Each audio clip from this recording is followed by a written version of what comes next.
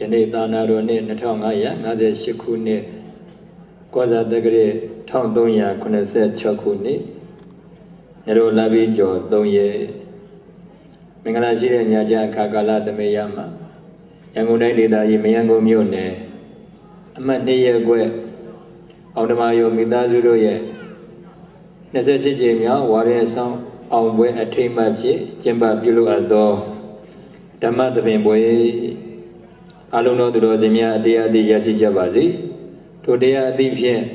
မိမိတို့ရဲ့ဘဝကိုဓမ္မဖြင့်အကောင်းဆုံးဖြစ်အောင်တည်ဆောက်နိုင်ကြပါစေဆိုတဲ့ရည်ရွယ်ချက်နဲ့ဒီကနေ့ညဓမ္မသဘင်ပွဲကိုဆင်ရင်ကျင်းပကြတယ်ဒီကနေ့ညဆင်ရင်ကျင်းပပြုလုပ်သောဓမ္မသဘင်ပွဲ၌ဦးဇင်းဟောကြားမဲ့တရားက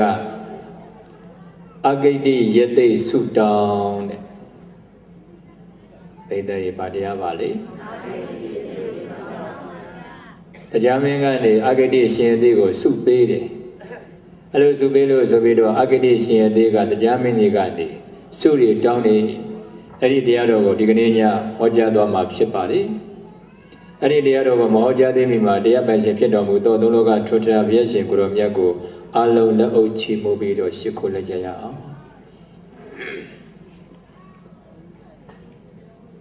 ဧဇောရိတောကရုံညေနာနာတောပရဒ္ဓမဝေဟောကရောပယတ္တနိဗ္ဗာနံဩသေဇဒုက္ခရံကရံယောနာတောငါဤကိုကွယ်ငါဟုကဲ၍ငါနဲ့မချလူနာများ၏ကိုးစားရတဲ့ကဲ့ခြင်းဘုရားရှင်ကိုရောမြတ်သည်ကာရုဏီနတတဝကပေစင်ရဲ့ခြင်းကြောင့်ပြင်းပြလှစွာမကရုဏာတော်သည်သင်္သောတိတောမရှောင်သာအောင်ကကတတနုသောအတ္တိဖြစ်ဝေကရောမယတနိဗ္ဗာန်လက်လမ်းမီလောက်အနိရောက်လည်းရဲ့မျက်မှောက်ပြုရန်မြတ်နိဗ္ဗာန်ကိုဩသေဇအလွယ်တကူလမ်းမယူပဲဘုလူတွက်တာဆွန်လို့ခွာ၍ဒုက္ခရတမန်လူများမကြအောင်ထူးခြားလွန်ကဲပြုနိုင်ခဲ့သောပါရမီပြည့်မှုကိုကရံကရုံတော်လေးသိင်ချေကိကတသိမြထိန်သိင်စင်စေပြုကျင့်တော်မူလျက်ပရထံလူနှပြမတတဝါတို့၏အကျိုးစီးပွားကိုအဝင်ဟောကောင်းစွာမဲ့သွေဆောင်ရတော်မူခဲ့ပါပေ၏တဏ္ဍတံငါ၏ကိုယ်ွယ်ငါကိုကယ်၍ငါနှင့်မကြလူနာများ၏ကိုးစားရတဲ့ကဲ့သို့ဘုရားရှင်ကိုရောမြတ်ကိုမယံတရားဟောပုဂ္ဂိုလ်တရားနာပုဂ္ဂိုလ်ကိုကိုယ်သို့အကုန်သောဘုရားတပည့်တော်တို့သည်ဝဏ္ဏမတရားဟောတရားနာဘေးရန်ကွာ၍ချမ်းသာအမှန်နိဗ္ဗာန်ရောက်ကြောင်းသုပန်တောင်းကယုသေးစွာရှိကိုကရောလိုက်ကြပါကုန်၏မြတ်စွာဘုရား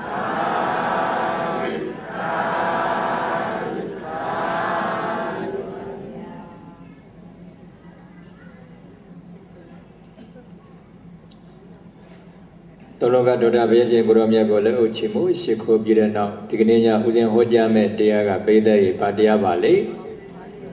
အဂိတိယသိဆုတောင်းအဂိတိဆိုတာပိဋကရေတထေသာယသိမဝေခင်ကအဂိတိဆိုတာတထေသာမိဘတွေကအလွန်ချမ်းသာတယ်မိဘတွေကချမ်းသာတော့သူတို့သားဖြစ်တဲ့အဂိတိကိုပြောပြတယ်အတရေအရွယ်ရောက်လာပြီရွယ်ရောက်လာပြီဆိုတော့ပညာရဲ့ပွဲလေတဲ့ဆိုတဲ့အတိုင်းပဲအတတ်ပညာတွေတမျှအောင်သင်ရမယ်ဓမ္မသာလည်းရင်ဒီလောကကြီးမှာသွားမှုလာမှုနေမှုဆိုင်မှုအကုန်လုံးအစစရရအဆင်ပြေမယ်ပညာတမျှမှသာလည်းရင်သူများအောက်တန်းမကြမှာဒါကြောင့်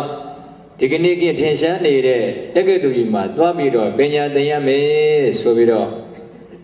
မိဘတွေကအဂိတိကိုပြောတယ်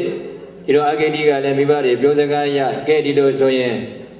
မိဘတွေရဲ့ဆန္ဒရငါသည်တက္ကသိုလ်ကြီးမှာသွားပြီးတော့ပညာသင်မယ်ဆိုပြီးတော့တက္ကသိုလ်ကြီးကိုထွက်လာတယ်ထွက်လာပြီးတော့ဗိဒ္ဓရဲ့တက္ကသိုလ်ကြီးရောက်တဲ့အချိန်မှာအတတ်ပညာတွေသင်နေရွေချက်ကလည်းရှိဉာဏ်ကလည်းကောင်းဇွဲကလည်းကောင်းတော့နှစ်တန်းတို့တွင်မှာဗိဒ္ဓရဲ့ပညာတွေတက်မြောက်လာတယ် ပညာတွေဆုံးခဲ့တဲ့ရောက်လာတယ်အဲ့လိုပညာတွေဆုံးခဲ့တဲ့ရောက်လာတော့ငါဒီမှာမနေတော့ငါရဲ့ဇာတိမျိုးကိုပြန်မဖြစ်ပဲငါမှလည်းညီမလေးတယောက်ရှိသေးတယ်အဲ့တော့အမေရဲ့ဖြစ်ညီမလေးရဲ့ဆိုတော့စိတ်မချရဘူးအဲ့တော့ငါမှလည်းပညာတွေတမြောက်လာပြီဆိုတော့ဇာတိမျိုးပြန်มาပဲဆိုပြီးတော့အာဂတိတထေတာပညာတွေတမြောက်လာတဲ့အချိန်မှာဇာတိမျိုးပြန်လာတယ်ဇာတိမျိုးရောက်တော့မိဘတွေနဲ့အတူတူစီဝါရေးလုပ်ကိုင်ဆောင်ရွက်အဲ့လိုနေနေတဲ့အချိန်မှာပဲကံမကောင်းအကြောင်းမလှတော့မိဘနှစ်ပါးဟာမရှိမနှောင်ပဲသိဆုံးသွားကြတယ်မိဘနှစ်ပါးသိဆုံးသွားကြတယ်အဲ့တော့မိသားရဲ့မောင်နှမလေးနှစ်ယောက်ပဲကျန်ရစ်တယ်သူ့ရဲ့ညီမလေးကယတဝတိအဲ့တော့မိဘနှစ်ပါးသိဆုံးသွားတော့အဂိတိစဉ်းစားတယ်အရဲ့မိဘတွေနေမယ်ဆိုရင်နေလို့ရသေးတယ်ဒါပေမဲ့ကွေးတော်လည်းမဆန့်မီစံတော်လည်းမကွေးမီဆိုတဲ့အတိုင်းပဲသိခြင်းတရားအချိန်မရွေးရောက်လာနိုင်တယ်ဒါကြောင့်ငါအဖေလည်းမရှိတော့ဘူးအမေလည်းမရှိတော့ဘူးငါတို့လည်းပဲတနေ့ရောက်ရင်ဒီလမ်းကိုလည်းရမှာပဲသိခြင်းတရားကိုမလွတ်ဆန်နိုင်ဘူးအေးဒါကြီးတတ္တဝါတွေကသိခြင်းတရားကိုလွတ်ဆန်နိုင်ရဲ့လားအားကြောင့်လေမွေးပြီးရင်သိရမယ်ဖြစ်ပြီးရင်ပြည့်ရမသိရင်ဘူးဆိုရင်ပိဋကရဲ့ဘဝတစ်ခုနော်မဖြစ်အောင်ကြိုးစားမပြည့်ချင်ဘူးဆိုရင်မဖြစ်အောင်ကြိုးစားဖြစ်ပြီးတော့ပြည့်ရမှာပဲမွေးပြီးရင်တော့သိရမှာပဲဒီလမ်းစဉ်ကိုပိဋကရဲ့ရှောင်လွှဲလို့ရမလားအဲ့ဒါကိုအဂိတိကစဉ်းစားနေတာဩငါရဲ့မိဘတွေသိဆုံးသွားကြပြီငါတို့လည်းပဲဒီလမ်းကိုဒီနေ့လိုက်ရအောင်မှာပဲဒီလမ်းကိုမလိုက်ချင်ဘူးသေဘေးကလွတ်မြောက်ခြင်းတယ်ဆိုရင်တော့တရားကျင့်မှဖြစ်မယ်ဆိုပြီးတော့မိဘနှစ်ပါးသေဆုံးတာကိုကြည့်ပြီးတော့သူ့ရဲ့စိတ်ထဲမှာတန်ဝေကဖြစ်တာဘာဖြစ်တာတန်ဝေကဆိုဒီကပိဋကရဲ့လောကကြီးကိုညီငွေတဲ့စိတ်ဘဝဆိုတာတကယ်တမ်းစဉ်းစားကြည့်မယ်ဆိုရင်ဒုက္ခပဲဘဝဆိုတာရလာရင်အိုခြင်းနာခြင်းသိခြင်းဆိုတဲ့ဒုက္ခတွေတွေ့ရမယ်ဒါကြောင့်မို့ဘဝကိုအနှစ်ချုပ်ပြီးတော့ကြည့်မယ်ဆိုရင်ဒုက္ခပဲဒီတော့30ပုံတွင်းမှာထာဝရချမ်းသာဆိုတာရှာလို့မရလောဘဖြစ်စေနတ်ဘဝဖြစ်စေဗြဟ္မာဘဝဖြစ်စေတနေ့နေ့တစ်ထင်ချင်းရောက်ရင်သိရအောင်မယ်သိရတဲ့အခါမှာကိုယ်ပိုင်ဆိုင်တဲ့စည်းစိမ်တွေအလုံးစွန့်ကြရမယ်ဒါကြောင့်30ပုံတွင်းမှာထာဝရချမ်းသာဆိုတာဘိသိက်ရှာလို့ရမလား30ပုံတွင်းမှာရှိတဲ့ချမ်းသာဆိုတာယာယီချမ်းသာပဲလူချမ်းသာပဲဖြစ်စေနတ်ချမ်းသာပဲဖြစ်စေဗြဟ္မာချမ်းသာပဲဖြစ်စေဘိသိက်ဘာချမ်းသာယာယီချမ်းသာဘာကြောင့်လဲတနေ့နေ့တစ်ချိန်ရရင်ဝိပရိနာမဒုက္ခနဲ့ကြုံရအောင်မယ်ဝိပရိနာမဒုက္ခဆိုတာကဖောက်ပြန်တတ်တဲ့ပျက်စီးတတ်တယ်လူချမ်းသာပျက်စီးရအောင်မယ်နတ်ချမ်းသာပျက်စီးရအောင်မယ်ဗြဟ္မာချမ်းသာပျက်စီးရအောင်မယ်မပျက်စီးဘူးဆိုတော့ဘိသိက်ရဟုတ်ပါတယ်ချမ်းသာတဲ့ချမ်းသာမှန်ပါအခုတော့ပျက်စီးရအောင်မယ်ဆိုတော့ကဒီချမ်းသာတဲ့ဘိသိက်ရထာဝရချမ်းသာလို့ပြောလို့ရမလားဘာချမ်းသာယာယီချမ်းသာပဲပြောလို့ရတယ်ဒါကြောင့်30ပုံတွင်မှာထာဝရချမ်းသာရှာလို့မရဘူးဒါကြောင့်ဘဝဆိုတာဓမ္မအမြင်နဲ့ကြည့်ရင်ဒုက္ခပဲလို့စိတ်ထဲမှာဖြစ်ပေါ်လာတဲ့အတွေးကိုတန်ဝေကလို့ခေါ်တယ်ဘာလို့ခေါ်အဲ့တော့သိခြင်းတရားဆိုတာမေတ္တာရဲ့လူတိုင်းတွေ့နေကြတာပဲဒါပေမဲ့သိခြင်းတရားတွေ့တဲ့တန်ဝေကဖြစ်ရလားမဖြစ်ဘူးအခုအဂိတိတထေသမိဘနှစ်ပါးသိဆုံးတာကိုအကြောင်းပြုပြီးတော့တန်ဝေကဖြစ်နေအဲ့ဒီတန်ဝေကဖြစ်ဖို့အတွက်ဂံဗီရဉာဏ်ရှိရမယ်ဂံဗီရဉာဏ်ဆိုဒီကလေးနဲ့တဲ့ဉာဏ်လေးလေးနဲ့တွေးတော့တယ်လေးလေးနဲ့စဉ်းစားတယ်အဲ့လိုဉာဏ်မျိုးကိုဘိသိက်ရဲ့ဂံဗီရဉာဏ်လို့ခေါ်တယ်ရှင်းသူတို့ကောင်းတွေတိုးထွက်ကြတယ်ဆိုတာအဲ့ဒီလိုဂံဗီရဉာဏ်ရှိလို့ဇနကမင်းကြီးကိုကြည်လိုက်လက်ကောက်နှစ်ကွင်းအတန်မီတာကိုကြည့်ပြီးတော့ဘိသိက်ရဲ့တန်ဝေကဖြစ်တာဩကြည်သာလက်ကောက်တစ်ကွင်းနဲ့ဆိုရင်အတန်မမြည်ဘူးနှစ်ကွင်းသုံးကွင်းကြတော့ဘိသိက်ရဲ့အတန်မမြည်ဘူးလားဒီတိုင်းပဲတဲ့လူလောကကြီးမှာလည်းပဲတယောက်တည်းနေရင်ဘာပြဿနာမှရှိမှာမဟုတ်ဘူးလက်ကောက်တစ်ကွင်းနဲ့ဆိုရင်အတန်မမြည်တယ်လို့တယောက်တည်းနေရင်ဘာပြဿနာမှရှိမှာမဟုတ်ဘူးနှစ်ကွင်းကြတော့အတန်မြည်သွားပြီဒီတိုင်းပဲလူလောကကြီးမှာလည်းပဲအတန်ဝိုင်းနဲ့နေရလေပြဿနာတွေ့ရလေလူများလေပြဿနာရှုပ်လေပဲဒီတော့ငါဒီပြဿနာကင်းမြင်တယ် အေးလူနေခြင်းနဲ့ဆိုရင်တော့လက်ကောက်တကွင်းနဲ့လို့တယောက်တည်းနေမှဖြစ်မယ်ဆိုပြီးတော့လက်ကောက်နှစ်ကွင်းအတန်မြေတာကိုကြည့်ပြီးတော့စိတ်ထဲမှာတန်ဝေကဖြစ်တာအဲ့ဒါလေးကိုကြည့်ပြီးတော့ဘိသိက်ဩလူလောကကြီးမှာနေမယ်ဆိုရင်တော့ပြဿနာဟာရှောင်လို့မရဘူးဒီတော့ငြိမ်းငြိမ်းချမ်းချမ်းနေခြင်းနဲ့ဆိုတော့ငါဒီတယောက်တည်းနေပါပဲဆိုပြီးတော့အဲ့ဒီလက်ကောက်လေးနှစ်ကွင်းအတန်မြေတာကိုကြည့်ပြီးတော့ဘိသိက်တောထွက်တာတဲ့ဒါကြောင့်လေးလေးနက်နက်စဉ်းစားတွေးခေါ်တတ်တဲ့ဉာဏ်မျိုးကိုဂမ္မီရဉာဏ်လို့ခေါ်တယ်ဟိတဝံကမေပပ္ပဇိတုတန်တောဂမ္မီရဇိတကတန်တော်ဘယလေယပစ္စေကနေရိယာနွယ်လောင်းရှိသူတော်ကောင်းတို့သည်ဂမ္မီရဇိတကတွေးကြုံသည်များမူကိစ္စဝေဣဇဒ၌ဉာဏ်မြင်ဆိုင်အောင်လိုက်လိုက်လဲလဲစိတ်တော်ဆွေး၍နည်းနည်းတဲ့တသဘောကိုနည်းနည်းစွာစဉ်ခြင်းအကျဉ်ကောင်းဉာဏ်ကောင်းရှိတော်မူကြကုန်သည်ဖြစ်၍ကာမေရှိကပြုပံကုသိုလ်ကံတို့စီမံထောက်မှလက်ရောက်ရသာမြတ်လာနိကေကြီးကြီးငယ်ဟုကြီးငယ်ယုံစုကိုယ်တို့ပိုင်သားတဲ့ကာမဝတ္ထုအစုစုတွေကိုဟိတဝါကိုယ်တို့ပိုင်ညာကာမတရားတို့သည်ကအမြတ်တကာတို့နဲ့ဆက်စံဘေးရန်တွေကဝိယံရန်သူတွေကအလွန်များကြောက်လန့်မွယ်ပါရကဟုကြောင့်အားတော်ညံခြင်းလွတ်လွတ်ကြီးစွန့်မဲ့တော်မူကြကုန်လည်းရဲ့ဘဗေစိန်သူကရဝါဒကြတိလာတဲ့ကိစ္စများမြောင်လူတို့ပေါင်းမှလွတ်အောင်ကျုံလည်းရဲ့ယုံငန်းထွက်၍နေသေးရွှင်လန်းမြတ်တင်ကံဖြင့်ရှင်ယဟန်ပြုတော်မူကြလေကုန်တည်း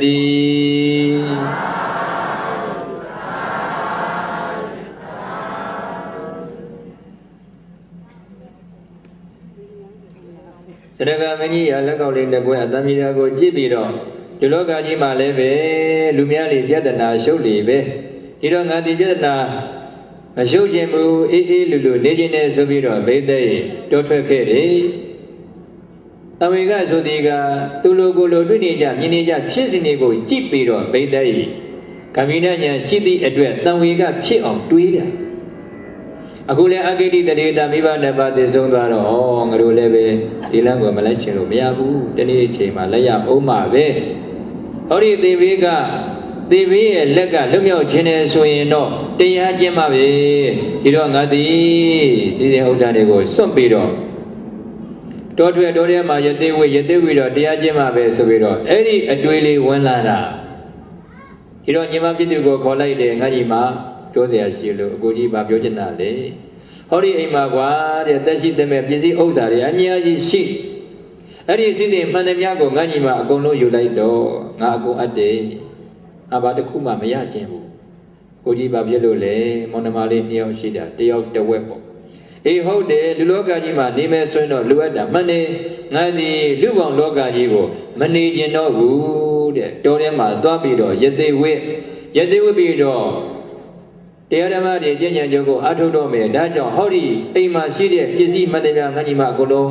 ယူလိုက်တော့ဆိုပြီးတော့ပြောလိုက်တဲ့အခါညီမဖြစ်သူယတဝတိကလည်းပဲ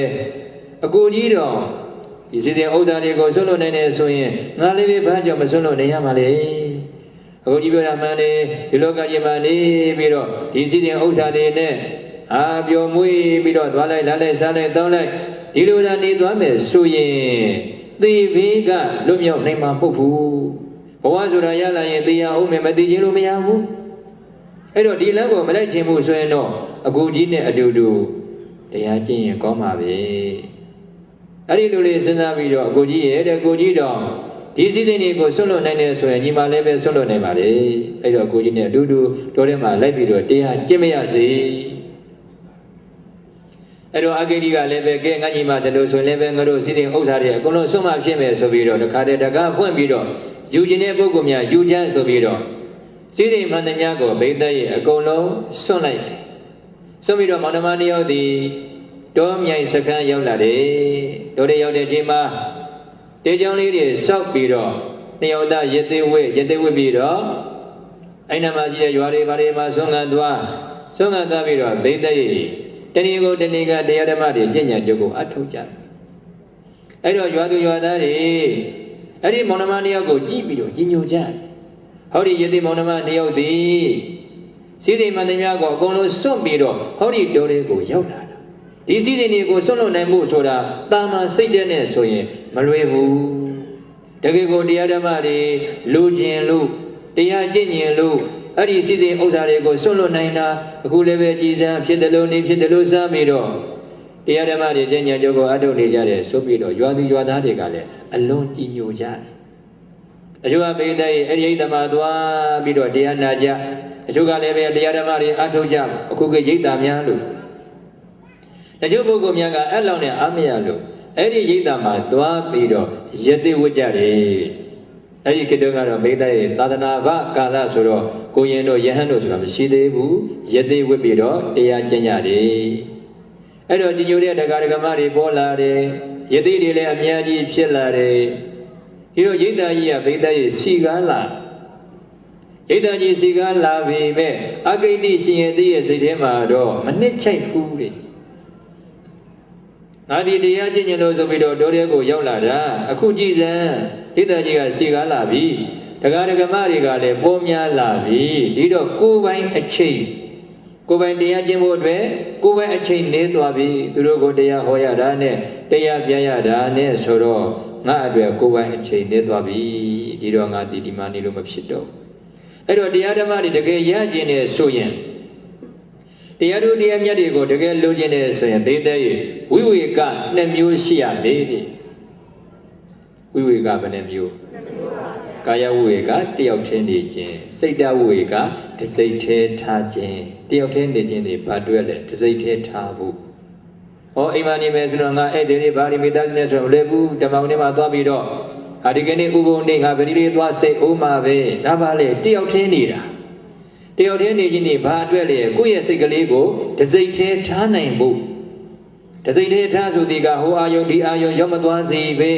ကောင်းတဲ့အာယုံတစ်ခုတည်းမှာကိုယ့်ရဲ့စိတ်ကလေးငြိမ်အောင်ကြိုးစားတာကိုသိတဲ့ဒါပါလေတစိတ်သေးထားခြင်းဘုရားရှိခိုးမယ်ကိုယ့်ရဲ့စိတ်ကလေးကဖယားအာယုံပေါ်မှာပဲငြိမ်နေပြီဝင်လေထွက်လေရှုမှတ်မယ်ဆိုရင်ကိုယ့်ရဲ့စိတ်ကလေးကဝင်လေထွက်လေတစ်ခုတည်းပေါ်မှာပဲငြိမ်နေမယ်ဆိုရင်စိတ်တွေပိတ်တဲ့တစိတ်သေးဖြစ်နေတာတစိတ်သေးဖြစ်နေမှလည်းပဲစိတ်ချမ်းသာတာကိုအာယုံရောက်သွားလိုက်ဒီအာယုံရောက်လာလိုက်အတွေးတွေများနေမယ်ဆိုရင်ရံများပြီးတော့ပိတ်တဲ့စိတ်ချမ်းသာမှုမရှိတော့ဒါကြောင့်တရားကိုတကယ်ရကျင်တယ်ဆိုရင်ကာယဝေကတယောက်တည်းနေပြီးတော့စိတ်တဝေကတစိတ်သေးထားရမယ်ဒီတော့အဂိတိရှင်တွေစဉ်းစားတယ်ငါဒီမှာနေရတာကိုယ်ပိုင်ချိန်နေသွားပြီလူတွေကလည်းများလာပြီရိတ်သားကြီးကလည်းစီကန်းလာပြီဒီတော့ငါဒီတဏှာသွားမှာပဲဆိုပြီးတော့ကာရရိပကျွန်းဆိုတဲ့လူသူမရှိတဲ့ဘေးတဲ့ကျွန်းကလေးကိုရောက်လာတယ်ညီမဖြစ်တဲ့ယတဝတိကိုတော့မပြောတော့ဘူးကာရရိပကျွန်းကိုရောက်လာတယ်အဲ့ဒီကာရရိပကျွန်းမှာကံပြင်းပင်တွေရှိတယ်ဇာထဲမှာပြောတယ်ကံပြင်းပင်တက္ကကြီးတော့သိရင်သိတယ်ဦးဇင်းတော့မတွေ့ဘူးသေးဘူးအဲ့ဒီကပြင်းပင်တွေကိုကြည့်ပြီးတော့ဟာငါအတွက်အဆင်ပြေပြီဆုံးမစရာမလိုတော့ဘူးအာဟာရအတွက်ဟောဒီကပြင်းပင်ကကပြင်းရွက်ကိုပြုတ်ပြီးတော့ငါဒီစားမယ်ဆုံးမစရာမလိုတော့ဘူးငါတွေ့တရားအထုဖို့အတွက်အချိန်တွေရသွားပြီဒါနဲ့တန်တယ်မိုးတော့အလင်းရောက်လာပြီဆိုရင်အဲ့ဒီကပြင်းပင်ကကပြင်းရွက်ကိုခုပြီးတော့ဘေးတဲ့ရေလုံးပြုတ်ပြီးတော့ဖုံးပေးပြီးတော့တဏီကုံတရားကျင့်တယ်အဲ့လိုကျင့်နေတော့ဘိသိတရဲ့တရားမင်းကလောကကြီးကိုလန့်ကြည့်တယ်လန့်ကြည့်တော့အဂိတိရှင်သေးကိုသွားတွေ့အဂိတိရှင်သေးကာရရိပကျွန်းမှာတပါးတည်းနေတာပြီးတော့သူစားတဲ့အစားအစာကိုကြည်အောင်မလားကပြင်းရွက်ပြုတ်ပြီးတော့သူနေတဲ့နေရာကိုကြည်အောင်မလားတေးကြောင်ကလေးတပါးရင်းနေပြီးတော့တဏီကုံတဏီကတရားကျင့်နေတယ်ဒါတော့ပြင်းထန်တဲ့အကျင့်ကိုကျင့်နေမှတော့ရည်ရွယ်ချက်တစ်ခုခုရှိလိမ့်မယ်တကယ်ခက်ခဲတဲ့အလုပ်ကိုလုပ်တယ်ဆိုတာသူ့မှာပါတယ်ရည်ရွယ်ချက်တစ်ခုခုရှိလို့ပဲဘလို့ရည်ရွယ်ချက်နဲ့တရားတွေကျင့်နေတာဘာဖြစ်ချင်လို့များအခုတော့အပြင်းထန်ကျင့်နေတာလည်းမသိဘူးဒီတော့ငါသွားပြီးတော့စွန့်စားအောင်မှာပဲဆိုပြီးတော့တရားမင်းသည်လူကြီးကိုဆင်းလာတယ်တဲ့ဆင်းလာပြီးတော့ဘေးတဲ့ကာရဒီပါကျွန်းရောက်လာတယ်ရောက်လာပြီးတော့ဒီတဲသွားပြီးတော့လျှောက်လို့မကောင်းသေးပါဘူးတရားဘယ်လောက်ထိ ကောင်းတယ်လဲဆိုတာသိအောင်ငါအလှခံကြည့်မယ်ဆိုပြီးတော့တရားမင်းသည်အလှခံပုံနာတယောက်လိုဖန်ဆင်းလိုက်တယ်ဖန်ဆင်းပြီးတော့ဘိသိက်ကာရဒီအဲ့ဒီအဂတိရှင်သည်ကပြင်းရွက်ကိုပြုတ်နေတဲ့အချိန်မှာသွားပြီးတော့အလှခံနေတဲ့အဲ့တော့အလှခံပုံနာကိုအဂတိရှင်သည်တွေးလိုက်တယ်ဆိုရင်ပဲအိုးဒီကျွန်းထဲမှာငါသည်ငါတစ်ပါးတည်းရှိတာလို့ထင်နေတာလက်ဆက်သက်တော့အလှခံပုဂ္ဂိုလ်တော့ရောက်နေပြီပဲဟောအလှခံပုဂ္ဂိုလ်ဆိုတာတွေ့ရခဲ့ပြီချင်းကဲတွေ့တော့တွေ့ခဲ့မှာငါသည်လူမေဆိုပြီးတော့သူမစားဘဲနဲ့ကပြင်းပြပြုတ်ခါတဲ့အကုန်လုံးအုံမောက်ပြီးတော့လူလိုက်တယ်ငါလူလေးရပြီဒီကနေ့ငါကုသိုလ်ကောင်းမှုလုပ်ခွင့်ရပြီအလှဒါနလုပ်ခွင့်ရပြီဆိုပြီးတော့ဝန္တာအယဖြစ်ပြီးတော့အဲ့ဒီပီတိလေးနဲ့တရားကျင့်နေဘာမှမစားတော့ဘူးအဲ့တော့တရားမင်းဩရှင်ရည်ကြီးတဲ့ဒီနေ့မှလည်းပဲဘာမစားတော့ဘူးတရားပဲကျင့်နေတဲ့ကဲငါဆက်ပြီးတော့စွန့်စားအောင်မယ်ဆိုပြီးတော့ဘိသိက်ရဲ့နောက်တနေ့ရောက်လာပြန်တယ်အလူခံပုံနာတယောက်လိုဖန်ဆင်းတယ်သွားပြီးတော့အလူခံတယ်အရင်နေ့လိုပဲအိုးမောက်ပြီးတော့အကုန်လုံးလူလိုက်တယ်အဲ့ဒီနေ့မှလည်းပီတိလေးနဲ့နေပြီးတော့တရားကျင့်တတိယနေ့ရောက်လာပြန်တယ်အလူခံပုံနာလိုဖန်ဆင်းတယ်လာပြီးတော့အလူခံအာဂတိရှင်တွေတရားတရားဘလောက်ကောင်းလဲဆိုရင်သုံးရမြောက်နေ့မှလည်းပဲမစားဘဲနဲ့အကုန်လုံးလူလိုက်တယ်တဲ့ကပြင်းရွပြုတ်တွေကိုအဲ့တော့တရားမင်းမနေတာတော့ဘူးဩတရားတရားကလည်းအလွန်ကောင်းပြီပြီးတော့တရားကလည်းကျင့်လိုက်တာရည်ရွယ်ချက်တစ်ခုခုရှိတာသိကြပြီဒီတော့ငါလျှောက်ထားခြင်းပါပဲဆိုပြီးတော့ပဂတိပုံတန်ဖန်ဆင်းပြီးတော့အဂတိရှင်အသီးကိုရောက်အောင်သွားပြီးတော့လျှောက်တယ်တဲ့အရှင်ဘုရားတပည့်တော်တာဝရိန္ဒနတ်ပြည်ကတရားမင်းပါဗျာအရင်နေ့တွေကအရှင်ဘုရားဒီမှာအလူခံပုံနာတယောက်လာပြီးတော့လူခံတယ်မို့လားဗျာဟုတ်တယ်တရားမင်းအဲ့ဒါတပည့်တော်ပဲဗျာတပည့်တော်၃ရက်တိတိအလူခံတယ်အဲ့ဒါကိုအရှင်ဘုရားကမစားဘဲနဲ့အကုန်လုံးလှူတယ်တဲ့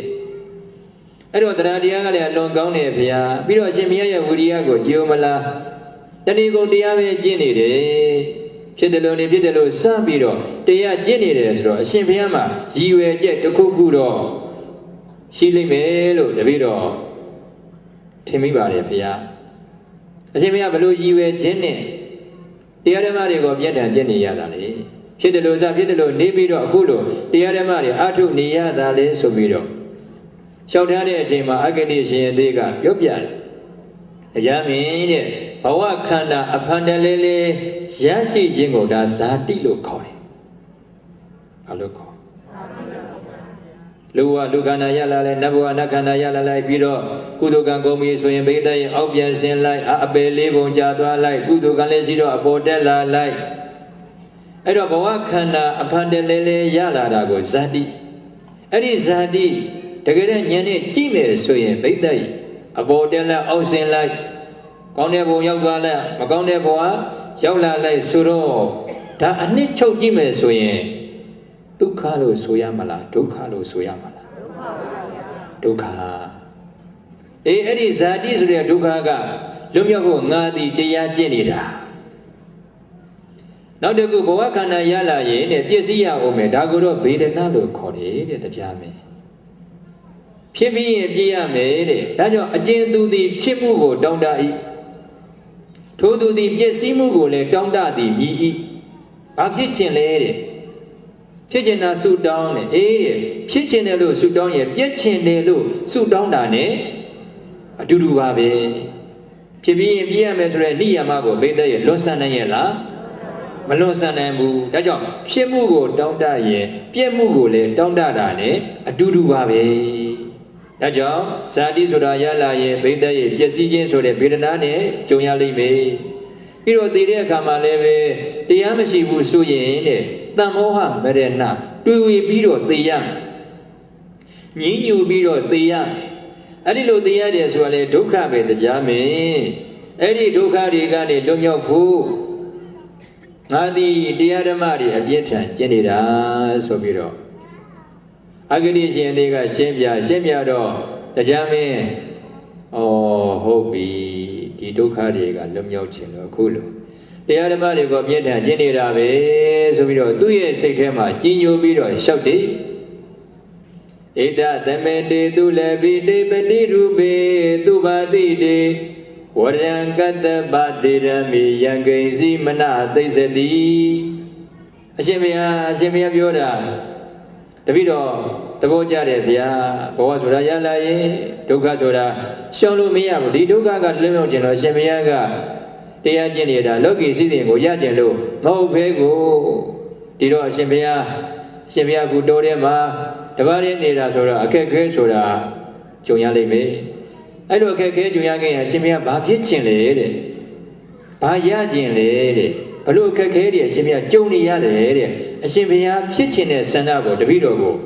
Amishiba Davido Pit on Lupi Mepia Papichin Basu Yajin Zubiro Bay The jamming are soup beady. I do Subida Chima, Agadishi, they suit down the What is the meadow? The Gadava Budana made there. Yina Buddhiza, Dadiza, Danadinya, Bianiza, Lada Nada Nada Bandi, Dolobo Name with it. Iwana Mida Nadugo Azuya de Udejami. Doni the Mangago, what as you go see a dog away, be mesuye. In your weather, Jazum, you go to my door, Mabine. Aluyenezuga Balezuye. Yina Lobi Najin Loba de Yajan. Bodhiza Tadami Dogo Lago. Tariza Zanimia Dogo Lago. Tanadin Yizan. Oza Zavagulago, Ladabi Yavado Leve, Nadavadi Dine, Young Yere, Ayare, Jinade Suramasibu, Dolobo, Tuloba Dore de Yazudi, May Gatanama, Nawadi, Bedo Kama, Mapsibia Bazine, Ido Agedi Damedo Agedi Amia Shindi. Yazi goes one medway down so lightly dot the D.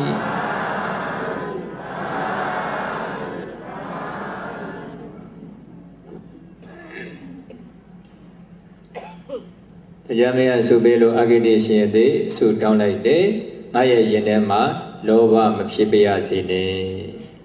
He don't be day. Eddie Sugo, the Jamin Belu Yamala. Mayabu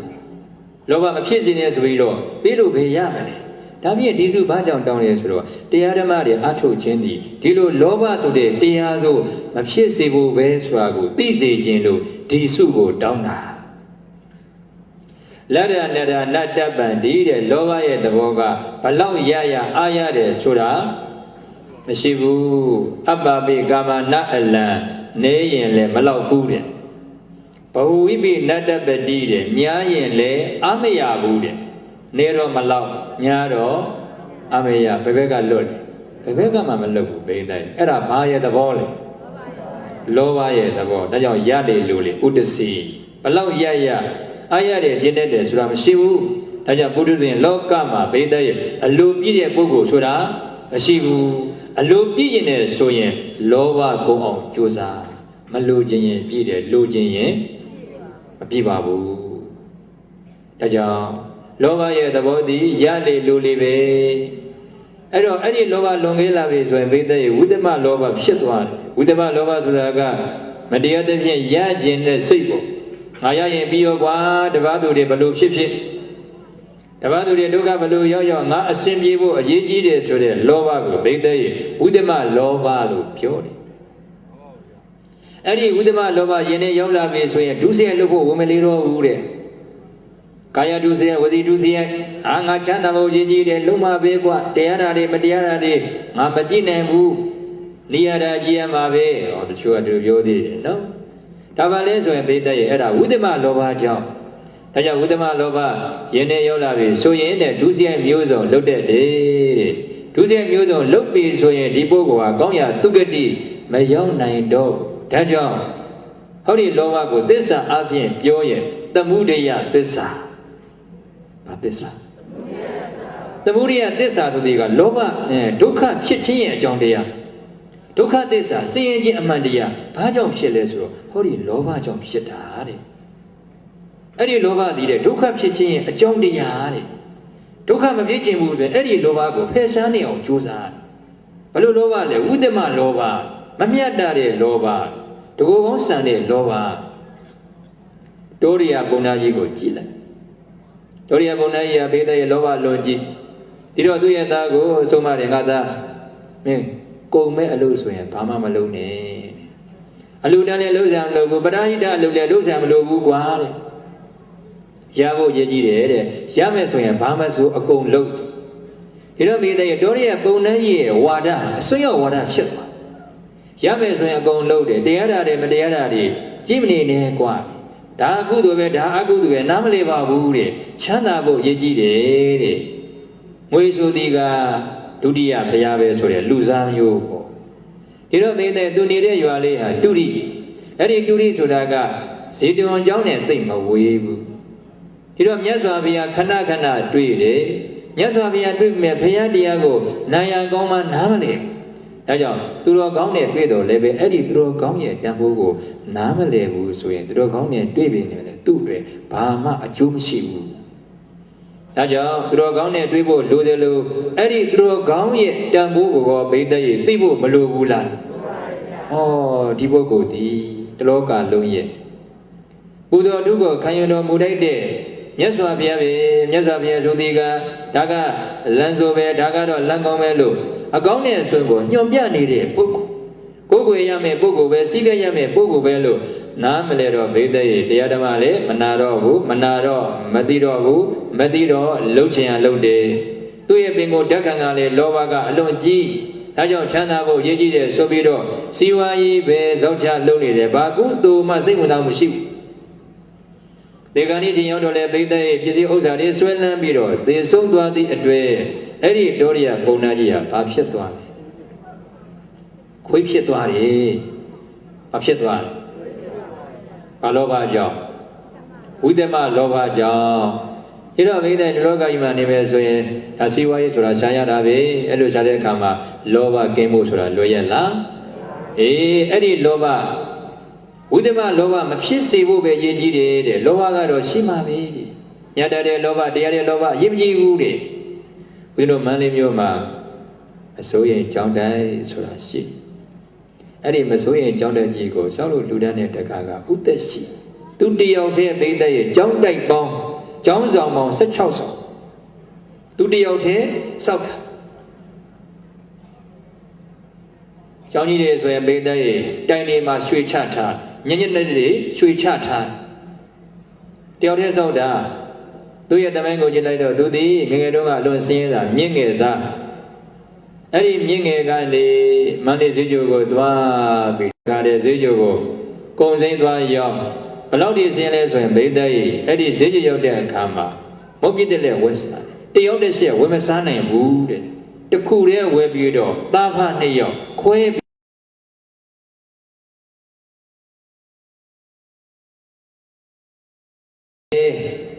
ငါဒီသားနဲ့သမီးနဲ့ဆိုတော့စီဝါရေးရှားပြီးမှဖြစ်မယ်ဆိုပြီးတော့စနစ်တကျကိုဘိသိက်ရဲ့ရိုးရိုးသားသားကျူးကျူးသားသားရှာလိုက်တာမနေ့ကဂုံစိမ်းရောက်နေ့လည်နေခဲ့ဆိုရင်တတိတူထံမှာအလုတ်ဝင်လုပ်တယ်ကုလီထမ်းတယ်ဒါပေမဲ့အဲ့ဒီတတိတူရဲ့အဲ့ဒီတတိရဲ့အလုတ်တွေကိုကိုယ်ပိုင်အလုတ်ကဲ့သို့သဘောထားပြီးတော့လုပ်တယ်စေနာမှန်တယ်ပေါ့တတိရဲ့အလုတ်ကိုကိုယ်ပိုင်အလုတ်ကဲ့သို့သဘောထားလုပ်တယ်ကျွန်းလို့မလုပ်ဘူးသခင်လို့အလုတ်လုပ်တယ်အဲ့တော့နေ့စဉ်နဲ့မြလုတ်ကန်ဆောင်နေတာကိုတထေးကတွေ့ရတော့မောင်သက်ရှိအစင်းရင်ပြီမဲ့ရိုးသားတယ်ဒီတော့ငါလည်းပဲကုညီမပဲဆိုပြီးတော့အရင်နည်းလေးတွေထုတ်ပေးအဲ့ဒီအရင်နည်းလေးကိုဘိသိက်သူကလည်းပဲ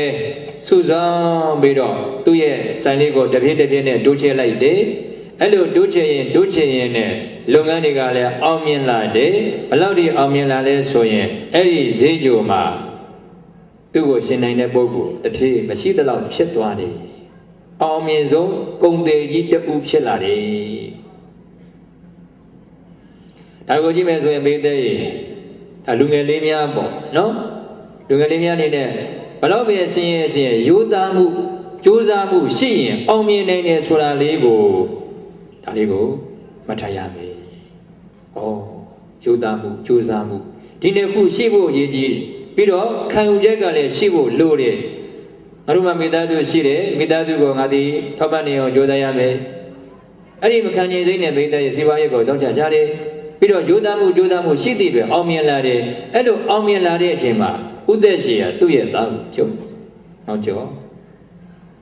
ငါတို့ငယ်ငယ်တုန်းကအလွန်ဆင်းရဲတယ်။မုတ်ပြတဲ့လက်တော်မှာတယောက်တစ်ခုဝယ်မစားနိုင်။အခုအောင်မြင်လာပြီကွာတဲ့။အောင်မြင်လာပြီဆိုပြီးတော့အတ္တမာနတွေမဖြစ်စေနဲ့။ငါတို့မှာမိသားစုရှိတယ်ဆွေမျိုးတွေရှိတယ်ပြီးတော့ငါတို့မိခိုးနေတဲ့သာသနာရှိတယ်။ဒါကြောင့်အမျိုးဘာသာသာနာအတွက်ဆိုတဲ့ရည်ရွယ်ချက်နဲ့စီဝါရေးရှာပါလောဘတော့လောဘပဲအဲ့ဒီလောဘဒီဘိသိက်တရားရဲ့လောဘဘာလောဘအမျိုးဘာသာသာနာအတွက်ဆိုတဲ့ရည်ရွယ်ချက်နဲ့ငါသာစီဝါရှာပါဟာငါတို့အောင်မြင်နေပြီဆိုပြီးတော့အတ္တမာနတွေမဖြစ်စေနဲ့အတ္တမာနဆိုသည်ကကိုယ်သေးရင်ကိုတူးတာပဲတချို့ဘိသိက်အောင်မြင်တဲ့ပုဂ္ဂိုလ်တွေအဲ့ဒီအတ္တမာနကြောင့်ပြန်ပြီးတော့ကျသွားတယ်ဒါကြောင့်အတ္တမာနဆိုကိုယ်ဘဝကိုဆွဲချဒီတော့ကွာငါသားအတ္တမာနမဖြစ်စေနဲ့ဟိဘာသာသာနာအတွက်အမျိုးတွေအတွက်ဆိုတဲ့ရည်ရွယ်ချက်နဲ့စီးပွားရှာမှပဲဆိုပြီးတော့သူလည်းအစင်ပြေသေးကိုလည်းအစင်ပြေသေးသူလည်းရသေးကိုလည်းရသေးအဲ့ဒီလိုမြတ်တတ်တဲ့လောဘနဲ့စီးပွားရှာတယ်အဲ့ဒီနောက်မစိုးရင်ကြောင်းတဲ့ဆောင်းလုံးမဲ့နေရာကြီးကိုဝဲပြီးတော့သိသိတစ်နှစ်တစ်ဆောင်ဆောင်းလုံးလိုက်တာကျောင်းဆောင်ပေါင်း16ဒီကနေ့တန်ခါ900လောက်သတင်းသုံးနေတယ်မစိုးရင်ကြောင်းတဲ့ကြီးဆိုတာအဲ့ဒီတထေးကြီးဥသက်စီ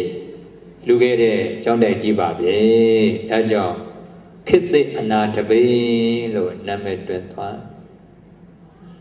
အဲ့တော့ဒုရိယပုံနာကြီးနဲ့ရှင်းကြည့်လိုက်မယ်ဆိုရင်ဒုရိယပုံနာကြီးကြတော့ဟေ့ငါသားရဖို့အရေးကြီးတယ်ကွာကုန်မဲ့အလုပ်ဆိုရင်ဘာမှမလုပ်နဲ့အလှူဒန်းလည်းမလုပ်နဲ့ပရဟိတလုပ်လည်းမလုပ်နဲ့ရဖို့အရေးကြီးတယ်ဆိုတဲ့အဲ့ဒီဝိဓမလောဘကြောင့်သေတော်ဘိသိက်ခွေ့ပြက်သွားတယ်အခုတည်းကြီးဥသက်စီဟေ့ငါသားသူလေးရတယ်ကိုလေးရတယ်ဘာသာသာနာအတွက်ဆိုတဲ့ရည်ရွယ်ချက်နဲ့စီဝါရေးရှာပါအဲ့တော့ဘိသိက်ရှင်းကြည့်လိုက်မယ်ဆိုရင်တထေကြီးဥသက်စီမှာလောဘမရှိဘူးလားရှိတယ်သို့သောအဲ့ဒီလောဘသည်ညှတ်တတ်တဲ့လောဘတတိတရားတဲ့လောဘဒုရိယပုံနာကြီးရဲ့လောဘသည်မတရားတဲ့လောဘဝိဓမလောဘအဲ့ဒီဝိဓမလောဘသည်အပေကိုဆွဲချဒါကြောင့်အဂတိရှင်တွေကဘိသိက်ရဲ့ဒီစုကိုတောင်းတာရမယ်တဲ့ငါဒီပြင်စုကိုမရချင်ပါဘူးတဲ့လောဘဟာလွန်ကဲလာရင်ရလေလို့လေဖြစ်လာတယ်ကွာဒီတော့ဒုစရိုက်လုပ်ဖို့ဝမလေးတော့ဘူးဒါကြောင့်ငါရဲ့ရင်တဲ့နှုံသားထဲမှာအဲ့ဒီလိုလောဘဆိုတဲ့တရားစုမဖြစ်ပါရစေနဲ့ဆိုပြီးတော့တောင်းဆိုလိုက်တယ်အဲ့လိုတောင်းဆိုလိုက်တော့တရားမင်းဟာအရှင်ဘုရားဒီစုအလွန်ကောင်းပြီဖေရ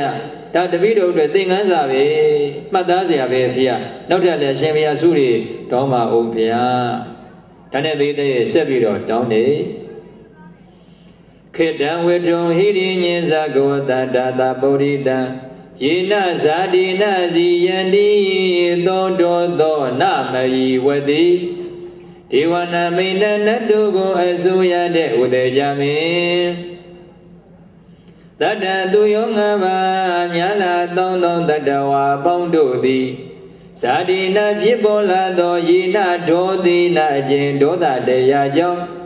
စီယန္တိပျက်စီးကြလေကုန်၏သောတောသောဒေါသဆိုတဲ့တရားစုသည်မယိငါတဏ္ဏမှာနဝတိဘေသောခာမမဖြစ်ပြပါစေနဲ့လို့အဂိတိတဘေသောအဂိတိအမိရတဲ့ရှင်ရသေးသည်ရာစီ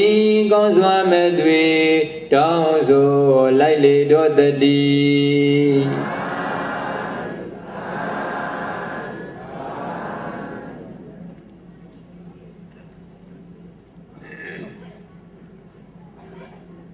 ရမင်းကဆိုပြီးလို့အဂိတိဆက်ပြီးတော့တောင်းတယ်ရမင်းငါလိုချင်တဲ့စုကချမ်းမဟုတ်ဘူး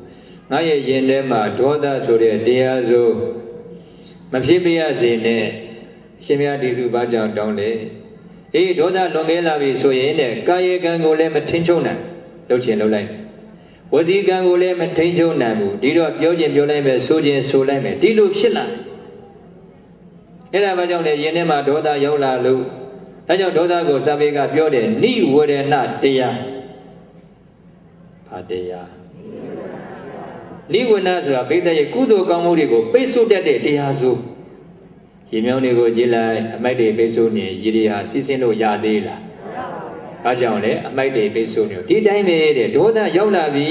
ဆိုရင်အဲ့ဒီပုဂ္ဂိုလ်ကုသိုလ်ကောင်းမှုဖြစ်ခွင့်မရှိတော့ဘူးကုသိုလ်ကောင်းမှုတွေမဖြစ်တော့ဘူးအားကြောင့်လေကာယကံကိုလည်းမထုံချုံနိုင်ဝစီကံကိုလည်းမထုံချုံနိုင်လှုပ်ချင်လှုပ်လိုက်မယ်ပြောချင်ပြောလိုက်မယ်ဆိုချင်ဆိုလိုက်မယ်ကွာဒါကမိဘပဲဒါကဆရာပဲဒါကအော်ငါရဲ့ကျေးဇူးရှင်မသိတော့မက္ခပလာဒမက္ခကျေးဇူးကိုချစ်ဖြစ်တယ်ဆိုတော့ဒီဒေါသပဲပလာဒအတင်းဖြစ်နေပြောတယ်နော်လှည့်စားတယ်ဟာဒါဒီဒေါသပဲဒီတော့ဒေါသဆိုတဲ့တရားတို့ယင်းနဲ့ရောက်လာပြီဆိုရင်ကုသိုလ်ကောင်းမှုဖြစ်တော့ပြီးတော့ပြစ္ဆုတ်ပံအနေတန်းကိုကြည့်မယ်ဆိုရင်လည်းပဲဒေါသအားကြီးရင်ဘိသိက်မိကောဆွေကောင်းတွေဆုံးရှုံးရတယ်ပြီးတော့လူချစ်လူခင်ကောနေမသွားဘူးလားဒေါသကြီးတဲ့ပုဂ္ဂိုလ်များဘိသိက်ကတ်ချင်လားနောက်ဆုံးဆရာဖြစ်တော့မှနင်သွားတာကခက်ကြောက်ကြောက်ဖြစ်နေဒီဘုန်းကြီးလွယ်ဘူးပါဆိုပြီးတော့အဲ့ဒါဘာကြောင့်လဲဒေါသကြောင့်မြတ်ဘုရားမှာပဲကြည့်ကြည့်တမလွန်ဘုရားမှာပဲကြည့်ကြည့်အဲ့ဒီဒေါသတွေဘိသက်ကြီးကောင်းကျိုးပေးရလားမပေးရင်အဲ့ဒီဒေါသကိုဖယ်ရှားပါငါအတွေ့ကောင်းကျိုးမဖြစ်စေဘူးဆိုပြီးတော့တတိတရားလေးနဲ့ဆင်ခြင်ပြီးတော့အဲ့ဒီဒေါသကိုထိန်းချုပ်နိုင်အောင်ကြိုးစားပါဒါကြောင့်ဦးဇင်းရဲ့ကြောင်းမှာဆိုရင်ဦးဇင်းကကိုရင်ကျောင်းသားတွေငါသည်ဘလို့ပဲဒေါသဖြစ်မရိုက်ဘူးကွာမလုပ်ထားမယ်စွန့်မြတ်ချက်ချထားရင်တခါတည်းမေးတဲ့ဒေါသကြည့်လိုက်ရင်တွေ့ရတဲ့ကောက်ပေါက်ချင်တာမို့လားယခုကိုစွန့်မြတ်ဖြစ်ဒေါသဖြစ်လိုက်ရင်ပြီးတော့ရချင်ရလိုက်မယ်အခဲနဲ့ထူချင်ထူလိုက်မယ်ပြီးတော့ကိုယ်ပဲစိတ်မကောင်းဖြစ်ရတာဒါကြောင့်ငါသည်ဒေါသမလောက်ဖြစ်ဒေါသဖြစ်ခြင်းဖြစ်လိမ့်မယ်ဒါပေမဲ့သိခံပြီးတော့ငါသည်လုံးဝမရိုက်ဘူးဒီတော့မေးတဲ့တော်သေးတယ်ပေါ့ဗျာဦးဇင်းတို့ဘုရားလက်ထက်ကအမျိုးသမီးလေးတယောက်ရှိတယ်နာမည်ကအတ္တကာတိရုပ်ရည်ကလည်းအလွန်လှပညာကလည်းတက်တယ်ဒါပေမဲ့သူလုပ်တဲ့အလုပ်ကိုကြည့်လိုက်မယ်ဆိုရင်သိတဲ့အများသူငါဆက်စုပ်တဲ့ပြည်တစားအလုပ်မှာပျော်ပိုက်နေတယ်ပညာမတတ်လို့လားမဟုတ်ဘူးပညာလေးတက်တယ်ရုပ်ရည်မလားလို့လားရုပ်ရည်ကလည်းလှလိုက်တာဒါပေမဲ့သိတဲ့ရဲ့အများသူငါဆက်စုပ်တဲ့အလုပ်မှာပျော်ပိုက်နေတယ်အဲ့လိုနေရင်တည်းရင်နဲ့တည်းရဲ့ကျောင်းသွားမိကောင်းဆွေကောင်းရဲ့ကျေးဇူးကိုသူ့ရဲ့တန်ငယ်ချင်းကဟေးကျောင်းသွားမယ်ဤလိုက်အောင်မလားဒါနဲ့သူလည်းပဲစိတ်ကူးပေါက်ပြီးတော့မိတဲ့ရဲ့ကျောင်းကိုလိုက်ပါကျောင်းကိုလိုက်တော့တရားနာကြခွင့်ရတရားနာကြခွင့်ရတော့သူသည်စဉ်းစားတယ်ငါလုပ်နေတဲ့အလုပ်ဟာအများသူငါသဘောမကျတဲ့အလုပ်ပဲဘာကြောင့်ငါသည်ဒီအလုပ်မှာပျော်ပိုက်နေရတယ်ဩလောကကြီးစိတ်များအလွန်စမ်းကြယ်ပဲဒီတော့ငါသည်ဒီလုပ်ကိုရှောင်မပြီလောကမှာနေရင်လုပ်ဖြစ်နေဦးမှာဒီတော့ဘိက္ခုနီဝတ္တာကောင်းတယ်ဆိုပြီးတော့တရားနာလိုက်တော့တရားဖြစ်လာအဲ့ဒီတရားကြောင့်ဘိသက်ရေသူသည်ဘိက္ခုနီဝတ်မယ်ဆိုပြီးတော့ဆုမြတ်ချက်ချလိုက်တယ်အဲ့တော့အကြောင်းသွားဘိက္ခုနီဝတ်ပြီးတော့တရားဓမ္မတွေအထုတ်လိုက်တာအတ္တကတိယယဟန္တာမကြီးဖြစ်သွားတယ်နောက်ဆုံးဘဝယန္တာဖြစ်ပြီဆိုတော့နောက်ထပ်ဘဝခန္ဓာတွေလာသေးလားဒီဘဝသည်ပါလေနောက်ဆုံးဘဝစာပေတွေကပစ္စည်းမဘဝိကလို့ခေါ်တယ်အလွန်တန်ဖိုးရှိတဲ့ဘဝဘာကြောင့်လဲနောက်ထပ်ဘိသက်ရေဇာတိဆိုတာမလားတော့ဇာတိဆိုတာဘဝခန္ဓာအဖန်တလဲလဲဖြစ်ခြင်းဇာတိဆိုတာမရှိရင်ဘိသက်ရေသိခြင်းဆိုတာကိုရှိပါဦးမလားရှိတော့သွားပြီဒုက္ခတွေအလုံးကုန်ဆုံးသွားပြီဒါပေမဲ့အဲ့လိုနောက်ဆုံးဘဝလူဖြစ်လာတာတော့ဣဒ္ဓဇာဖြစ်ရသေးတယ်ဒါလည်းဘိသက်ရေအကြောင်းရှိတယ်အဲ့ဒီအကြောင်းအရာလေးကိုသူကိုယ်တိုင်ပြောပြယန္တမဖြစ်တော့သူ့ရဲ့အတိတ်ကဖြစ်စဉ်တွေကိုလှမ်းကြည့်တယ်ဒါကိုပုပ္ပေနိဝါဒနုတ္တိညာအတိတ်ဘဝကအကြောင်းအရာတွေကိုတစ်ခုချင်းစဉ်းစားလိုက်ရင်သိတယ်အဲ့ဒါကိုပုပ္ပေနိဝါဒနုတ္တိညာလို့ခေါ်တယ်အဲ့တော့သူ့ရဲ့ဘဝဇာတ်ကြောင်းကိုသိတော့သူကိုယ်တိုင်တပည့်တွေကိုပြောပြတယ်အကောတေဒုဒ္ဓစိတ်တံဂဏိကေတိပဏိတရာဒေနပါပိနာကမေနာနိရယံမိအပိစိတံတရဒွေကာရုငါအဟံငတိဘိက္ခုနေယန္နာမာယီကို Ganigadi Pidama Yellow, a god they say so get it. Do you dig a busy leg of Beda, do good at your yard? Kadaba Pialega, do the Beku need it. I don't do ne, do need it, Beku Nima Yiga, Yahanda. And I go Beda to Gamadisha, who Luzale Beda. Young they are winning at Dodeda. A nigga, a do Nilabi, Suyin, the young appeared the young Mamenda Bula. Are they need the church? We the Hala. Winning a Beda, Nenele, the Riado Hala, and do Boma Yolenado. Together a nigga navy Suyin, a Pico Miadan, a Pico Miano Bafila, Mida Daga, Nedwa, Mida Nedo, Dodaga, Wenla. Toda went up a day. Nabagalo, Kayagan Lunjumu, Wazigan Lunjumu should have shit that day. Any Biguni Majigo do by Yahanda Mam Tiwudi. You know, Toda ship your bay day, Yahanda Majigo, Tidasa Malu, say like this. Any John Lego do good and Jobiana. Tadadu Garunga, Angadi, Doda Zeta, Piemalu, Doseji, the Piwe. Pegone yana marigo, Kanigedi, Tidaza Mabe yellow, Ego de se sugere. Dina Babe Nagamena to Agudo with Jam, Angadi, Nide Yami Yema, Abesida, Jekayavi. Nadi yana marigo, no Avian Soga get the address. Nayema Jekaya, Edding Yega, Lubi Suyando Leve, Pawabom Yom Yaswa. Pidama Psikayari, a naturally obeyed the Toda job was the Vira Tidansha Psipara. No Avian Soga lady, but on Sogada, Toda Yola look. I don't think they Toda go taining out team, a taining a holy nuku, taining out Juzava. Sagasoda, Mapiogan, Eddie Sagaya, a center came made. Your baby so made Eddie Sagaya, Jejum Pshatuavi. Jen Joyen, no Luyade, Sakajoyen, no Luyada. Logaima Beda, alone Yeji, the Muses and Yema, Zakatako Malay down in Beda, the only day of Allah, maybe a Dwara, do Piedana Pietaru, Nayodi, Majunya Hula. I don't Zakatakondi, Mapioginga, a Sinta King, your period Chema, Eddie Sakaye, Jijum Shituari, Matazia, Logoni, Ashilu Yogera. Silu Bullets are better, through good and Magilu, through good and Chickelu, now no damn Shipa, the necessary, you were Jenny, Sakabon lady, no? Assuming lady, so Makajana. Sagadagondi, Mabioginga, a Sinting, pure beer chema, J. John Chetwabi. Taking size here, Diogan de Vido, Tanado Yigo, Soga lady. How do you done at Ojigo, Chesinida, thing and we Boguri? Kunamago Bianuda, Dati Muri. Bede.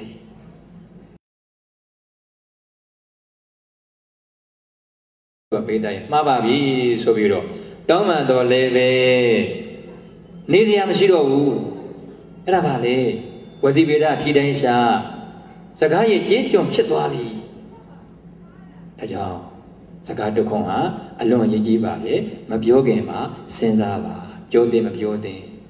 Yane Chenchima, Chenchima, Biova, Sua.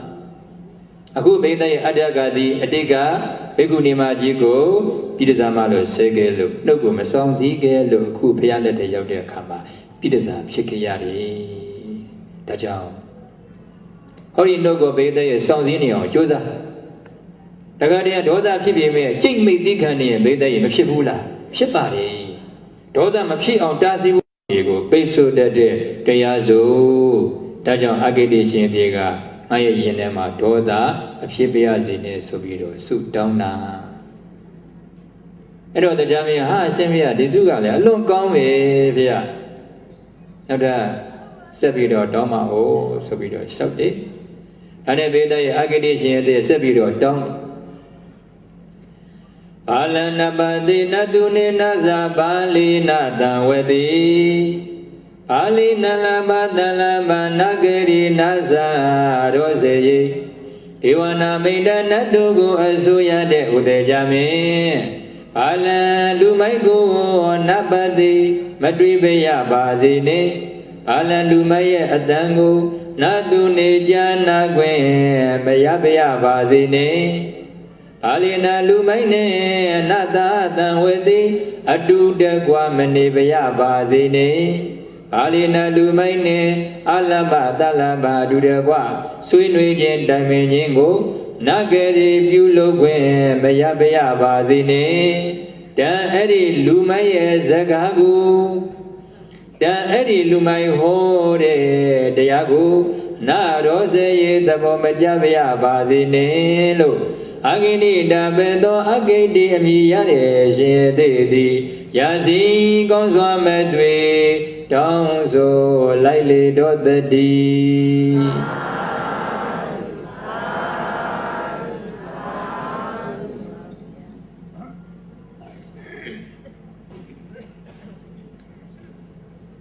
Jamini Digani Agidi Sudamne Jame Galojine Suga Chamopu Lumane Madribeya Zine, Lumaya Dangole Majabaya Zine. Eri Lumane Leve, Adudagua, Manivia Zine. Adudagua Nia Yenda, Dune, Sunidari, Damindari, Malupia Zine. Lukia Yenda, Tubiore Zaga, Duhore, Tiago, Tavo Majabia Bazine. Lumane Bedabiro, Bene, no? Suri Downy Ero. Lumego Balido, Balalo con Luco Balazura Bedai Magona Lode, Magona Biore, Magona Duide, Dido Candoma, Yenani, Bugo, Bala, Lumailu Piola. Time Bedai, Shando Loyella. Time Danizo Shayame Luzura Diodeni Lumiabu, Bawanin and Dawan Nijaya. Yori Yadema Nibi Soyen. Bawinin and Dawan and Niad, Elo Nia, a calm you, Maria, Bawanian the Namu City. Govanian, Jui Biro, Pounding the Bawanjin, Ganjama Aya, a Shimini, Bongo, Bonyaria, Bawanjin, Supiro, Bawanian, Penamu. Or the Bawanian need on Adria Jumia, Kuzo Gamuri, look at it, to see a day. Look shifu, you don't have the Hatibawanian Nima Shimi. Nadria Joshi Sobiro. Govanian, Jui Biro, Pounding the Bawanian Suraga, the Geko Lisa, the Bawanian of Pura. Dinama Nime, Diluna Sazame, so young Adria Jumiari. Govanian of Bene, Siren de Miro, Juicha Biro, Pounding. Who the girl is at Bawanian Yupo. Within the day, Moyago Dea Hotwa. Hello, Udia. Within what Bennett, the guy, Ema, Daddy. Eddie Ema will like door. Oh, England, English, you near South Nija. Pursue with her. Low lady, Jimmy of Beda is South Nijara. Yama, oh, English. And Uzian, oh, English, you the Pursuit, I will, little a chilo. And Uzian, Talai, the Kare, teaching Gavane, Shikuria. You know, Ulian say when Zaviro Meiji, Pegala Lebo. Who, Yango Tirawara, Degadu Mari, Apidima, then Denny. Who do you Bagisa Sido Lesor, Ladies of Hiai, the Dendong area, John Deck, Ladies of Hiai, the Yanching area, Flying Gurigo, Lila Cheluba. Mogaye, now where Chenemi, Eddie Chenemi and Dogma, shoot down to the sea. Eddie Doma, Ladies of Hiai, the Dendong area. Flying good in city, they are together near. Ea go to video 7 Zaluviare. The video is Siaga, Siai go in Ade. Eddie Siai go in Aya Siaga, Ubaki. Ubaki and Siaga, Anagan Seade. Anagan Seade Siaga, Lady Siaro. Through a maid and let the Google look me swear. Send it a child looked. I don't know ladies of Yai, Nigere, Azi Awada. Now you go to video Lila Jello, good video, Moyago Yaula. Who's the meeting? Menonanga, Wado, Miazuga, Christian Gogura, how dare it? The video Langinga, Christian Gogura. Send it and you allow tea. I know John Deere, take a do. တက္ကသိုလ်တက်တဲ့အချိန်မှာတဲ့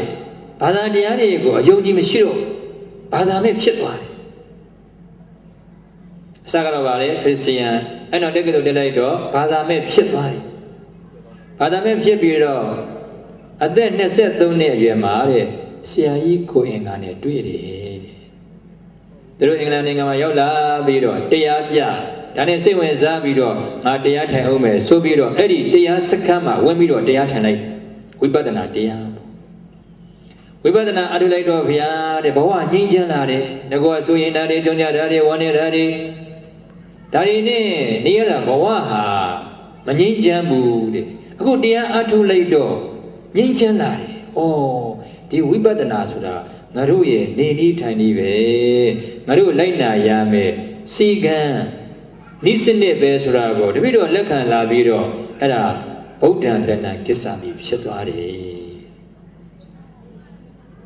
အစကခရစ်ယာန်အဲ့ဒီနောက်ဘာသာမဲကနေဗိဒ္ဓရဲ့ဘာဖြစ်လာဗုဒ္ဓဘာသာဖြစ်လာဒီတရားတွေကငါတို့ကျင့်ရမယ်တရားတွေပဲဆိုပြီးတော့ငါတို့အထုရမယ်အကျင့်တွေပဲဆိုပြီးတော့ဗုဒ္ဓဘာသာအဖြစ်ခံယူလိုက်တယ်ဒါဗိဒ္ဓရဲ့ကိုယ်ပင်ဉာဏ်နဲ့ရွေ့ပြီးတော့ပေါင်းသိနေပါလေပတ်ဝန်းကျင်မယိုဖာလာမဟုတ်ဘူးအဲကြောင့်ဗုဒ္ဓရဲ့ဝါဒတွေဝိပဿနာဝါဒဘာဝါဒဝေဖန်ရမယ်စီစစ်ရမယ်တဲ့ကိုယ့်ရဲ့အုံနောက်ကိုတော့မခတ်ရဘူးစဉ်းစားပါတဲ့မြတ်စွာဘုရားကဗိဒ္ဓရဲ့သူတရားတွေကိုကောင်းပါတယ်လက်ခံမဟုတ်ဘူးအဲ့ဒီတရားတွေကိုလက်တွေ့ကျင့်ကြည့်ပါလက်တွေ့အထောက်ကြည့်ပါကိုယ်ပိုင်ဉာဏ်နဲ့စဉ်းစားသဘောကျမှလက်ခံတဲ့ကာလမသုတ်တံဆိုတာဗိဒ္ဓရဲ့ကဘာကျော်သုတ်တံပဲဘာသာရေးသမိုင်းမှာအဲ့ဒီလိုရေရင်ဝန်းပြောရတဲ့ဘာသာရေးဆရာမရှိဘူးမာဣတိကိရယဒါအစင်လာပဲဆိုပြီးတော့လည်းလက်မခံနဲ့မာပရံပရာယဒါကတော့ငါတို့မိဘဘိုးဘွားတွေလက်ထက်ကကျင့်သုံးလာတဲ့အစင်ဆက်ပဲဆိုပြီးတော့လည်းပဲလက်မခံနဲ့ကိုယ်ပဲဉာဏ်နဲ့စဉ်းစားကိုယ့်ရဲ့အုံနောက်ကိုဖွင့်ထားမြတ်စွာဘုရားကဉာဏ်ကိုဥစားပေးခဲ့အေဟိပတိကိုအေဟိလာပါပတိကိုမယုံကြည်ဘူးလားလက်တွေအထုတ်ကြည့်တန်ဋိဋ္ဌိကိုကိုယ်တိုင်ခံစားရလိမ့်မယ်အကာလီကိုအချိန်မဆိုင်ဘူးဒီကနေ့အထုတ်ရင်ဒီကနေ့အကျိုးရမယ်မနေ့ပြန်အထုတ်ရင်မနေ့ပြန်အကျိုးရမယ်မြတ်စွာဘုရားကအမှန်တရားဆိုတာလက်တွေ့နောက်မှာရှိ၏ဒီတရားတွေကိုယုံမှလို့မပြောဘူးကိုယ်ပညာနဲ့ချိန်ပြီးတော့ယုံမှအဲကြောင့်ဘုရားရဲ့ဝါဒသည်ဝိပဿနာဝါဒဘာဝါဒခုနပြောခဲ့တဲ့အင်္ဂလန်နိုင်ငံသား2ယောက်ဗုဒ္ဓရဲ့တရားတွေကိုကျင့်ပြီးတော့ဗိဒ္ဓရဲ့ဗုဒ္ဓပူဇေးမိဖြစ်လာဒါပါလေကိုယ်ပညာနဲ့ရွတ်ပြီးတော့ပေါင်းတဲ့ပတ်ဝန်းကျင်အခုထေရဝါဒတက္ကသိုလ်မှာအဘိဓမ္မာတက်နေတယ်တဲ့နောက်တစ်ခုကကံကြမ္မာရပေါင်းတဲ့ရတဲ့ပတ်ဝန်းကျင်မိဘတို့ဆွေမျိုးတို့ကလေးတငယ်ဘွားကဗိဒ္ဓရဲ့မိဘတွေကိုပဲမိခိုရတာမို့လားမိဘတွေနဲ့အတူတူနေတာဆိုတော့မိဘလုပ်တယ်လို့လုပ်ရမယ်မိဘနေတယ်လို့နေရမယ်ဒါတွေကိုဗိဒ္ဓရဲ့ရှောင်ဖဲလို့ရမလားတာမန်အတိတာမန်စိတ်တဲ့နဲ့ဆိုရင်ရုပ်ထွက်ဖို့လွယ်ပါမလားမလွယ်ပါဘူးဦးဇင်းတို့သီဟိုနိုင်ငံနေခဲ့တယ်အဲ့ဒီသီဟိုနိုင်ငံမှာလူရိုင်းတွေရှိတယ်ဝေဒဆိုတဲ့လူရိုင်းတွေကဗိဒ္ဓရဲ့အဝတ်မဝတ်ဘူးဘာသာမှမသိရဘူးတောထဲမှာနေတယ်အရွယ်ရောက်လာပြီဆိုရင်မြားပြည့်တင်မယ်ဓာတ်ခုတ်တင်မယ်လှန်ထိုးတင်မယ်သားကောင်တွေဘယ်လိုဖမ်းရမယ်ဘယ်လိုတတ်ရမယ်ဒါပဲသိဘာသာမှလည်းမသိရတယ်လို့ဘာဘဟုတုတ္တမှလည်းမရှိဘူးဒီတော့ဘာအတိမှလည်းမရတော့မိမွေတိုင်းဖာမွေတိုင်းဒီလိုပဲနေသွားတယ်ဒီလိုပဲတတ်သွားတယ်ဒီလိုပဲသိရတယ်အဲ့လိုလူရန်မျိုးမှသာဦးဇင်းတို့ဖြစ်ကြည်နေတဲ့ရင်အဲ့ဒီလိုနေရမှာပဲမို့လားဒီပတ်ဝန်းကျင်ကနေရုပ်ထွက်ဖို့ဆိုတာတာမန်စိတ်တက်နေလွယ်ပါမလားဒါကြောင့်အဲ့ဒီလိုပတ်ဝန်းကျင်မျိုးကိုကံကြမ္မာအရပေါင်းသိရတဲ့ပတ်ဝန်းကျင်ဒါကိုစာပေကပြောတယ်ပစ္စံတတိအယက်သာသနာမထွန်းကားတဲ့နေရာရက်ပြည့်ရှိပါတယ်မှာပါတယ်နော်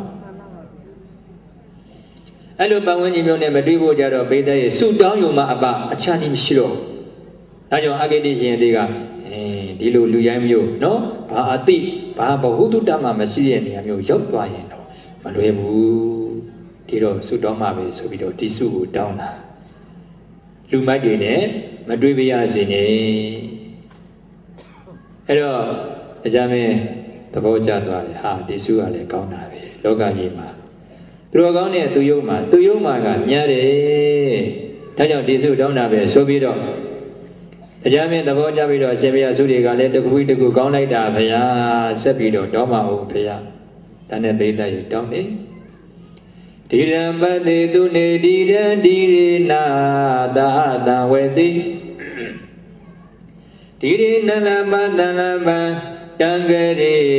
တသရောစေဒေဝနာမိန္ဒနတ်တို့ကိုအစိုးရတဲ့ဥဒေကြမင်းဒီတဲ့ပညာရှိသူတော်ကောင်းကိုပတ္တိတွေးမြင်ရပါလို့ဤ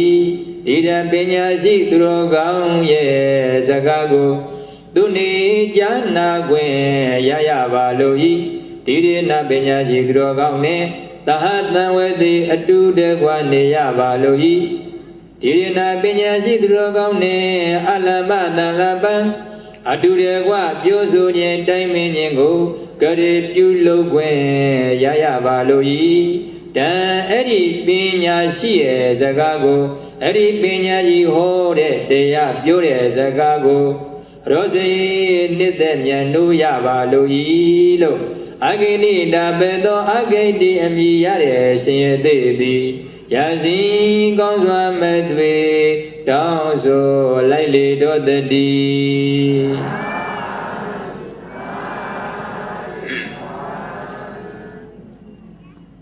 ပညာရှိသူတော်ကောင်းနဲ့ပတ်သက်ပြီးတော့ဆုတွေတောင်းလိုက်တာပညာရှိသူတော်ကောင်းနဲ့တွေ့ပါရစေပညာရှိသူတော်ကောင်းရဲ့စကားကိုကြားနာခွင့်ရပါရစေပညာရှိသူတော်ကောင်းနဲ့အတူတကွနေပါရစေအတူနေုံနဲ့မကဘူးဆွေးနွေးတာတွေတိုင်ပင်တာတွေညှိနှိုင်းတာတွေပြုလုပ်ခွင့်ရပါရစေအဲ့လိုဆွေးနွေးတာတွေတိုင်ပင်တာတွေမကသေးဘူးပညာရှိပြောတဲ့စကားပညာရှိပုဂ္ဂိုလ်များဟောတဲ့တရားကိုလည်းပဲသဘောကျမျက်နှာရပါလို့ဤဆိုပြီးတော့ဆုတွေတောင်းဘာကြောင့်ဒီဆုတောင်းရလဲဆိုရင်ဘိသိက်လူတယောက်မှာပတ်ဝန်းကျင်ရဲ့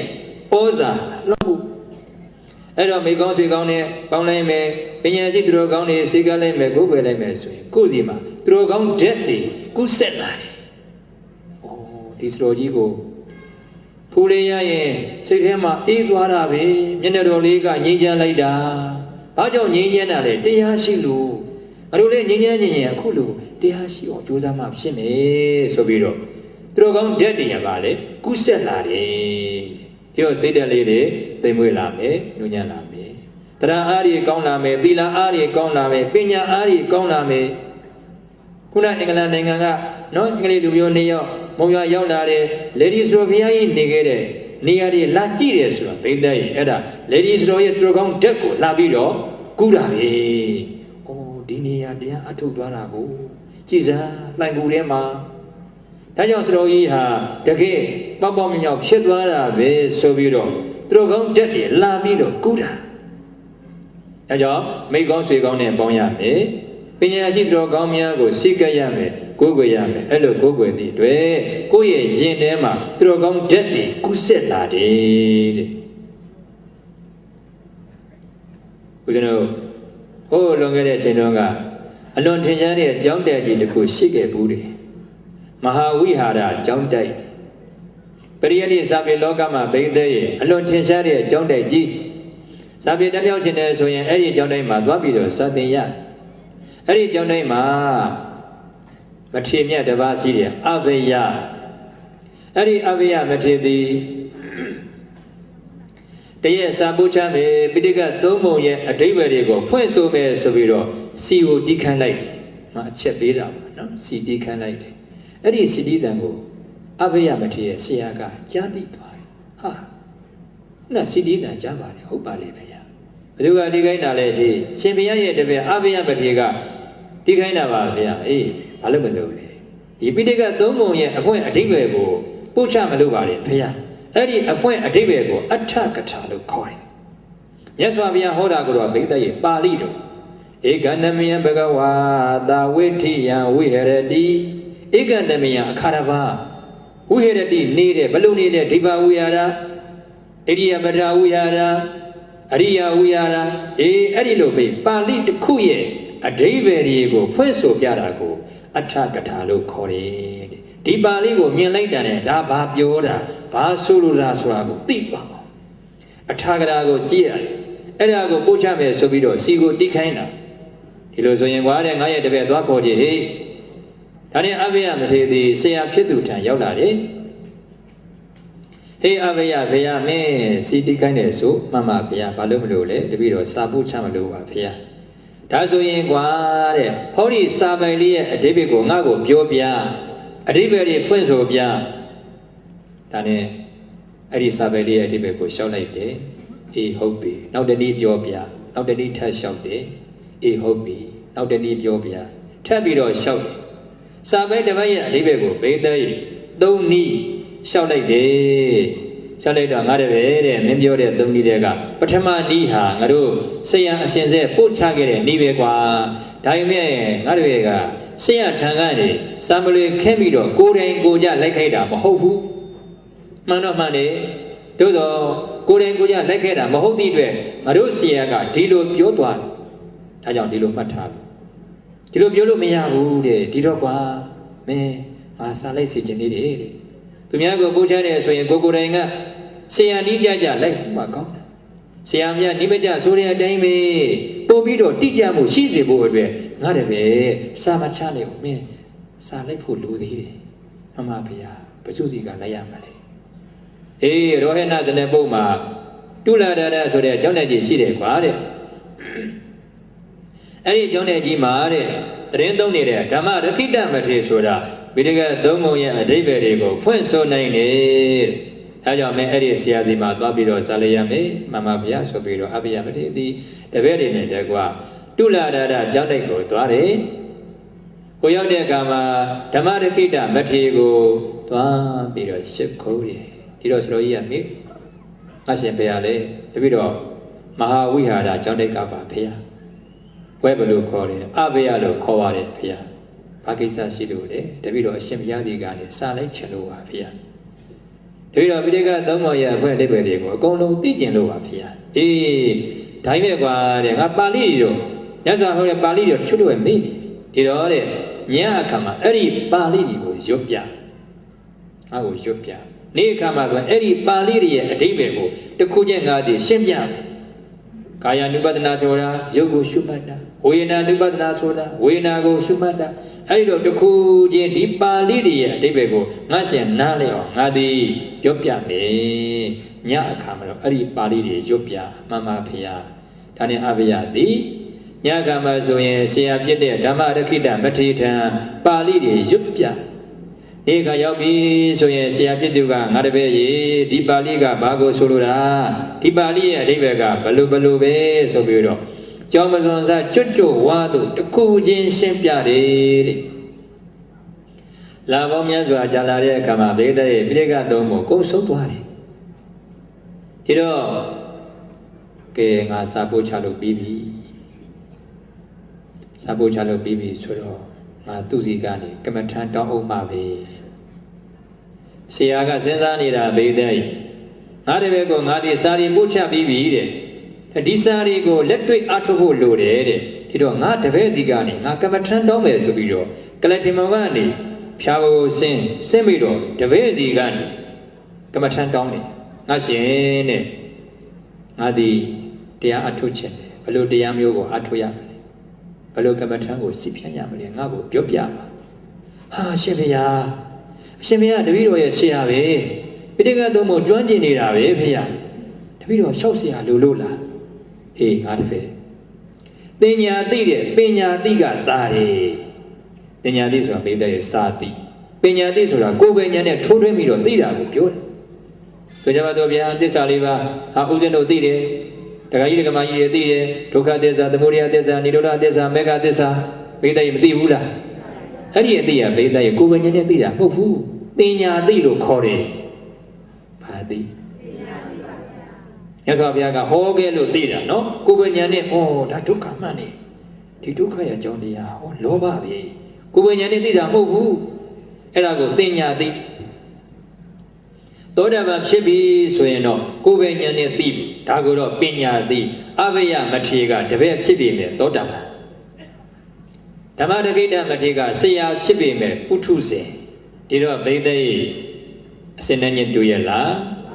တပည့်ကသောတာပန်ဆရာကပုထုဇဉ် အဲကြောင့်ငါရှင်ပညာသိတဲ့ပညာသိကသာပါတယ်ကွာတဲ့ငါကိုဘလို့ကမ္မထမ်းမှုစီးဖြင်းရမယ်ဆိုတာပြောပြပါဒါနဲ့တပည့်ကဘေးသိမငင်းတာတော့ဘူးဆရာကဘလို့ကမ္မထမ်းမျိုးကိုအားထုတ်ပါဘလို့တရားမျိုးကိုရှုမှတ်ပါဆိုပြီးတော့ရှောက်လိုက်တယ်အဲကြောင့်ဆရာကလည်းဘေးသိရဲ့ဝန္တာအရာဖြစ်ပြီးတော့အဲ့ဒီတရားတွေကိုကျင့်တပည့်ကလည်းကဲငါပိဋကသုံးဖို့ကုန်ပြီငါရဲ့မူရင်းကြောင့်တိုက်ပြန်မှပဲဆိုပြီးတော့အဘယသည်မဟာဝိရဒကြောင့်တိုက်ကိုပြန်လာပြီးတော့ပိဋကသုံးပုံရဲ့အဓိပ္ပာယ်ကိုပို့ချတယ်ဆရာနီးရပြီဆိုပြီးတော့စပို့ချအဲ့တော့တပည့်ကပိဋကရဲ့ဆရာကိုမိပြီးတော့ပိဋကသုံးပုံကိုကျွမ်းကျင်သွားတယ်ဒါကြောင့်စပို့ချနေပြီဟာဆရာကလည်းပဲတပည့်ကိုအကြောင်းပြုပြီးတော့ပိဋကရဲ့တရားကျင့်နေပြီသူတို့အချင်းချင်းသတင်းလွှဲနော်တပည့်ကလည်းပဲဆရာကိုအကြောင်းပြုစတတ်ဆရာကလည်းပဲတပည့်ကိုအကြောင်းပြုပြီးတော့တရားကျင့်နေပြီအဲ့လိုကျင့်ရင်နဲ့ဓမ္မတကိတမထေမြတ်သည်ယဟန္တာဖြစ်သွားတယ်ဆရာဖြစ်တဲ့ဓမ္မတကိတဘာဖြစ်သွားပြီယဟန္တာဖြစ်သွားပြီဘသူပေးတဲ့ကမ္မထံလဲဆိုရင်တပည့်ပေးတဲ့ကမ္မထံဟောဒါငါတပည့်ပဲဆိုပြီးတော့ဘေးသိကလထိုင်မောကနေကမ္မထတောင်းတာမဟုတ်ဘူးဖြာပေါ်မှာထိုင်ပြီးတော့လေးလေးစားစားလေးကမ္မထတောင်းတာအဲ့ဒါပဲပညာရှိသူတော်ကောင်းဆိုတာစပယ်နှံများကိုကြည့်လိုက်အစံကြည့်လေဘာဖြစ်လာလဲငိုက်ကြလေပဲပညာရှိသူတော်ကောင်းတွေကလည်းပဲဉာဏ်ပညာရင့်ကျက်လေကိုနှိမ့်ချလေပဲတဲ့ထောင်လွှားတယ်ဆိုတာသိတဲ့ရဲ့အဲ့ဒါဉာဏ်ပညာမရင့်ကျက်လို့အတ္တမာနတွေလွန်ကဲတယ်ဆိုတာဉာဏ်ပညာမရင့်ကျက်လို့ဉာဏ်ပညာရင့်ကျက်ပြီဆိုရင်ကိုဟာတကယ်နှိမ့်ချပြီးတော့တာမန်ပုဂ္ဂိုလ်လိုနေတာအဲကြောင့်အရှင်သာရိပုတ္တရာဆိုရင်ကိုတဲ့ဆုတောင်းစားလို့သဘောထားတယ်ယဟန်လောကမှာတော့အရှင်သာရိပုတ္တရာဒီပညာအပါဆုံးဒါပေမဲ့ကိုဆုတောင်းစားလို့သဘောထားတယ်ခြေတုပ်ပစိုးလို့သဘောထားတယ်အဆွေကျိုးနေတဲ့မွေးလို့သဘောထားတယ်အခုလည်းပဲဘေဒရဲ့ဓမ္မတကိတမထေသည်တပည့်စီကနေကမ္မထတောင်းပြီးတော့တရားကျင့်လိုက်တာဘာဖြစ်သွားယဟန္တာဖြစ်သွားတယ်အဲ့နောက်မကြခင်စတော်ကြီးဟာပရိနိဗ္ဗာန်ဆံသွားတယ်အဲ့လိုပရိနိဗ္ဗာန်ဆံသွားတော့အဲ့ဒီတရင်ကိုတပည့်ဖြစ်တဲ့အဘယကြားရတယ်ဩငါဆရာခုပရိနိဗ္ဗာန်ဆံသွားပြီတဲ့အလုံးတော်ရဲ့ဆရာပဲကွာဆိုပြီးတော့တပည့်တွေကိုအကုန်လုံးခေါ်လိုက်မဟာဝိရဒကျောင်းထဲမှာစာချနေတာဆိုတော့ဘေးတဲ့တပည့်တွေကလည်းအများကြီးပဲအဲ့ဒီတပည့်တွေရောက်လာကြတယ်ရောက်လာတဲ့အချိန်မှာဆရာရှိတဲ့ဘက်ကိုမျက်နှာမူပြီးတော့သင်္ကန်းလေးကိုလက်ကတော့ထိုးပြီးတော့ဘေးတဲ့တပည့်တွေကိုဆရာအကြောင်းပြောပြတယ်တဲ့အာဟုသောငါရှင်ဘေယယံများတို့နောငါတို့ရဲ့အာစရိယောဆရာသည်နောငါတို့ရဲ့အာစရိယောဆရာသည်ဥစုအလွန်တရာဖြောမတ်လာပါပြီငါတို့ဆရာဓမ္မတခိတအလွန်ဖြောမတ်တယ်ငါဒီကနေတဲ့ကမ္မထံတောင်းတော့ဖျားပေါ်မှာထိုင်ပြီးတော့လေးလေးစားစားလေးတောင်းဆိုတာအလွန်ဖြောမတ်တယ်အလွန်ယူသားတယ်အဲ့ဒါလေးကိုပြောပြတယ်အာဟုသောငါရှင်ဘေယယံများတို့နောငါတို့ရဲ့အာစရိယောဆရာသည်ဥစုဖြောမတ်လာပါပြီထေရတဆရာမထေမြတ်အားအရတမေကောအမျက်ဆုံးမဉ္ဇဉ်သည်အနုစဝီကိုထိတ်နှံလာပါပြီမဉ္ဇဉ်၄ပါးရှိတယ်သောတပတ္တိမဉ္ဇဉ်တက္ကတဂါမိမဉ္ဇဉ်အနာဂါမိမဉ္ဇဉ်အရဟတမဉ္ဇဉ်အဲ့ဒီမဉ္ဇဉ်၄ပါးတည်းကအရဟတမဉ္ဇဉ်သည်အမျက်ဆုံးမဉ္ဇဉ်ခုယဟန္တာဖြစ်တယ်ဆိုတာဘိဒရဲ့အဲ့ဒီအမျက်ဆုံးမဉ္ဇဉ်ကြောင့်ယဟန္တာဖြစ်တာအဲ့ဒီအမျက်ဆုံးမဉ္ဇဉ်နဲ့ငါတို့ဆရာထိတ်တန်နေတဲ့ဒါကြောင့်လေယောသားတွေဖြောမတ်တယ်နှိမ့်ချတယ်တကယ်ပညာရှိသူတော်ကောင်းပဲဒါလေးကိုဘိဒရဲ့တပည့်တွေကိုပြောပြနေတာနောငါတို့ရဲ့အာစရိယောဆရာသည်ဥစုဖြောမတ်လာပါပြီထေရတဆရာမထေမြတ်အားအရတမေကိုအမျက်ဆုံးမဉ္ဇဉ်သည်အနုစဝီကိုထိုက်တန်လာပါပြီအဲ့ဒီလိုပြောပြီးတော့ဆရာရှိတဲ့နေရာကိုမှတ်ဆပြီးတော့လက်အုပ်လေးခြိလိုက်တယ်တဲ့အဲ့တော့ဘိနဲ့ဒီပြည့်စုံကိုကြည့်မယ်ဆိုရင်တပည့်ကလည်းဆရာဖြစ်သူကိုအကြောင်းပြုပြီးတော့စပိတက်ပြောက်လာတယ်ဒါကဆရာဖြစ်သူကလည်းပဲတပည့်ကိုအကြောင်းပြုပြီးတော့ယဟန္တာပုဂ္ဂိုလ်ကြီးဖြစ်သွားတယ် ဒါကြောင့်ပညာရှိသူတော်ကောင်းများကိုစိတ်ကလိုက်ရင်ကိုယ်ွယ်လိုက်ရင်သူတော်ကောင်းဓာတ်တွေကကိုယ်စီကိုရောက်လာတယ်အဲ့လိုသူတော်ကောင်းဓာတ်တွေရောက်လာဖို့အတွက်မိတ်ကောင်းဆွေကောင်းကိုပေါင်းရမယ်ပညာရှိသူတော်ကောင်းများကိုစိတ်ကရမယ်ကိုယ်ွယ်ရမယ်ဒါကြောင့်ဘေးလေးအဂတိရှင်တွေကပညာရှိသူတော်ကောင်းနဲ့တွေ့ပြရစေဆိုပြီးတော့ဒီစုကိုတောင်းတာဒီတော့စုဘယ်နှမျိုးရှိသွားပြီ၄မျိုးရှိသွားပြီနော်နံပါတ်1လောဘမဖြစ်ပြရစေနဲ့နံပါတ်2ဒေါသမဖြစ်ပြရစေနဲ့နံပါတ်3လူမိုက်တွေနဲ့မတွေ့ပြရစေနဲ့နံပါတ်4ပညာရှိသူတော်ကောင်းတွေနဲ့တွေ့ပြရစေဟာအရှင်မြတ်ဒီစုကလည်းအလွန်ကောင်းမယ်ဗျာဆက်ပြီးတော့တောင်းပါဦးအာမရနဲ့နော်ဒီတော့အဂိရိကလည်းတောင်းနေတရာတောမေနဂိယေတာတတဝါနာနုတပေယံတရံစိတ်တံပတာရိယံဣတံတကဝရံဝရေဒေဝနာမိတ္တနတ်တို့ကိုအစိုးရတဲ့ဥဒကြမင်းတရာတောပေလူချင်းကြောင့်နာခိယေတာမကုံခံမရပါစေနဲ့တတဝါပေလူပြည်တဲ့အခါမှလည်းပဲနာနုတပေယနောင်တတပမဖြစ်ပေရပါစေနဲ့တရတရတောပေလူတဲ့အခါမှလည်းပဲစိတ်တံဟောဒီစိတ်ကလေးသည်ပတရိယံဝမ်းမြောက်ဝမ်းသာဖြစ်ရပါလို့ဤဒါနဲ့ပတ်သက်ပြီးတော့ဘိသိက်ဆုတောင်းတယ်တရားမင်းအလောကနဲ့ဆုကချမ်းမဟုတ်ဘူးတဲ့လူတဲ့အခါမှာတရတော့ပေလူချင်းကြောင့်နခိယေချမကုံမရစေနဲ့ဒါကပိဋကရဲ့ဘာကိုပြောတာလဲဆိုရင်လှူတဲ့အခါမှာလောက်လောက်ငါငါဖြစ်စေခြင်းလေဟောဘာလေးတော့ကုံသွားပြီဘယ်ကတော့လူသေးတယ်ဆိုရမျိုးမကြားခြင်းဘူးဒါကိုယူရပြီးတော့လှူတဲ့အခါမှာမကုံခမ်းမရပါစေနဲ့နောက်တစ်ခုကဓာတဝါလှူပြီးတဲ့အခါမှာလည်းပဲနာနုတပေယံနောင်တမဖြစ်ပြရစေနဲ့မေးစရာရှိရှင်ဖေလှူတယ်ဆိုမှတော့ဝမ်းသာလို့လှူတာဖေတရားတရားရှိလို့လှူတာဘယ်လိုလို့နောင်တဖြစ်မှလဲလို့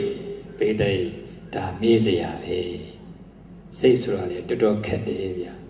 လှူတယ်ဆိုတာဟုတ်ပါတယ်တရားတရားရှိလို့ပါတခါတည်းကိုမှန်းတာတဲ့များသွားရင်ဩငါများသွားပြီထင်တယ်ဘာဖြစ်တယ်စိတ်ထဲမှာနော်ဟိုနောင်တအကြီးကြီးတော့မဟုတ်ဘူးပေါ့စေနာတွန့်ငနဲ့ဖြစ်တတ်တယ်တဲ့အဲ့လိုလည်းမဖြစ်ချင်ဘူးတဲ့ဦးဇင်းကိုရေးဗျာအဲ့ဒီမိုးရွာမှာပဲတကားတယောက်အိမ်မှာဦးဇင်းတဲတဲ့အချိန်မှာဦးဇင်းเนี่ยလို့ယနေ့ရက်တကားတယောက်ပေါ့ရောက်လာသေးတော့ဟာရှင်ဘုရားမတွေ့တာကြပြီဆိုပြီးတော့ဦးဇင်းကိုနဝကံမှာအလူငယ်လာပြီးတော့လှူတယ်စာအိတ်လေးနဲ့ဦးဇင်းကလှူပြီးတော့အဲ့ဒီသဘောပေါ်တင်ထားတယ်အဲ့တော့သိမကြလိုက်ပါဘူးဦးဇင်းနဲ့အလွန်ရင်းနှီးတဲ့ဘုန်းကြီးတစ်ပါးရောက်လာကြာပြီရလွန်ခဲ့တဲ့9နှစ်လောက်ကအဲ့တော့ဦးဇင်းနဲ့မတွေ့တာကြာပြီတပည့်တော်စကားလေးပြောခြင်းလို့ကိုเจ้าဒီเจ้าပေါ့ဗျာဆိုပြီးတော့ရောက်လာအဲ့နဲ့ဦးဇင်းတို့စကားပြောကြဆိုကြပေါ့အဲ့တော့ပြောပြီးတဲ့အခါမှာကဲအရှင်ဘုရားရေးတဲ့စကားပြောလို့လည်းကောင်းတယ်တဲ့အချိန်လေးနည်းနည်းရှိတော့ဘူးတဲ့ဒီတော့တပည့်တော်ပြန်တော့မယ်အဲ့တော့ဦးဇင်းကတခါတည်းတွေ့တာဆိုတာငါလူအောင်ပါပဲဆိုပြီးတော့ခုနစာအိတ်ကိုတွားမြင်ဦးဇင်းရဲ့စိတ်ထဲမှာဒီစာအိတ်ထဲမှာရှိလိုက်ရင်1000ပဲပေါ့အဲ့ဒီ1000ငါလှူမယ်ဆိုပြီးတော့ကိုယ့်ရဲ့စိတ်ထဲမှာအဲ့ဒီစိတ်ကူးလေးနဲ့အဲ့ဒီစာအိတ်လေးကိုအဲ့ဒီဘုန်းကြီးကိုကတ်လိုက်တယ်ကတ်လိုက်တော့ဘိသိက်ကပ္ပိယကအဲ့ဒီစာအိတ်ကိုဖောက်ကြည့်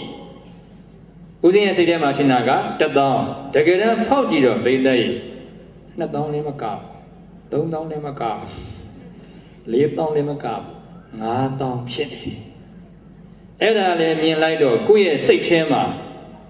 ဘယ်လိုဖြစ်သွားမှန်းထင်တယ်မှန်တိုင်းပြောမယ်နော်တွန့်ငနဲ့ဖြစ်သွားတယ်မျက်နှာမပြည့်အောင်သတိထားတယ်အဲကြောင့်စိတ်ဆိုတာခက်တယ်ဆိုတာအဲ့ဒါပြောတာလှူတယ်ဆိုတာပါလေတရားတရားရှိလို့ပဲဒါပေမဲ့မှန်းတာတဲ့များတာလည်းနည်းနည်းတော့မဟုတ်ဘူး1000ထင်တာက9000ဆိုတော့ဘေးတိုက်တွန့်ငနဲ့ဖြစ်သွားတာပြီးတော့မှများများလှူရင်များများအကျိုးရပါတယ်ဆိုပြီးတော့ဖြစ်ညစ်ပြီးတော့တိုက်တွန်းရ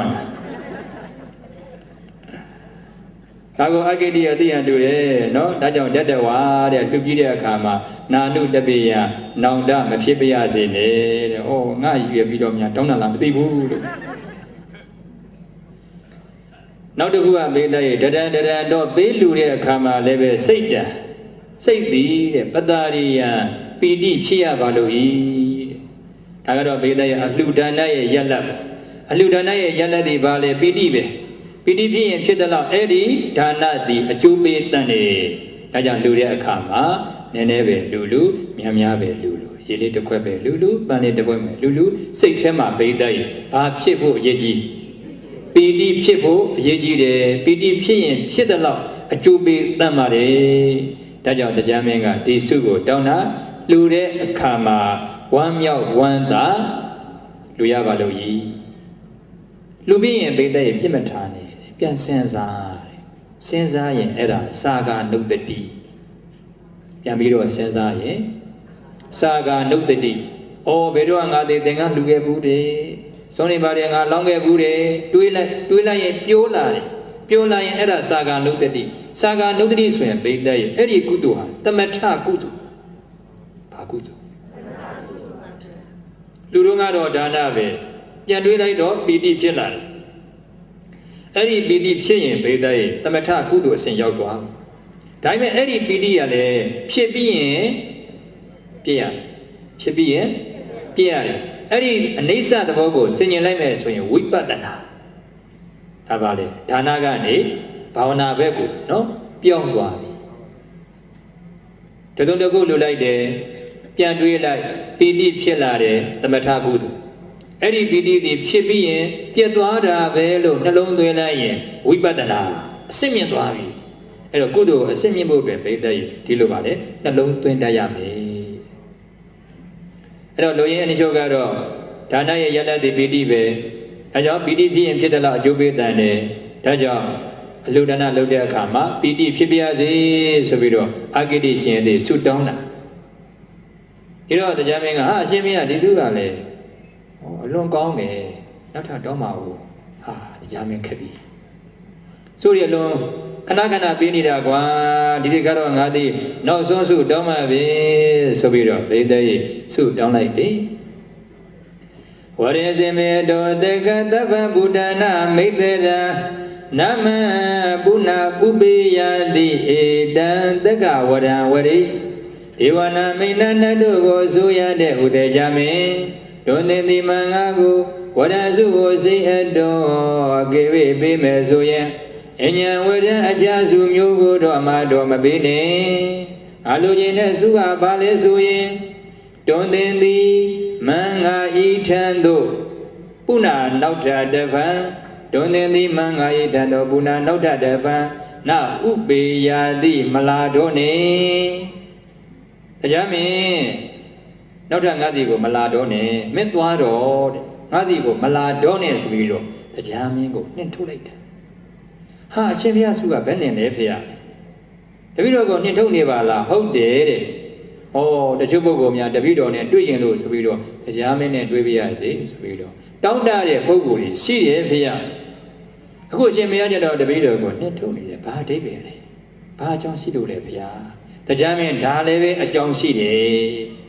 အဲ့လိုဆိုရင်ရှင်ဘုရားမင်းရှိပါဦးဒါနဲ့ဒီလည်းရှင်းပြတယ်ဒန္တာရိတဒီဝဝနံသဗ္ဗကမ္မသမိတိနံ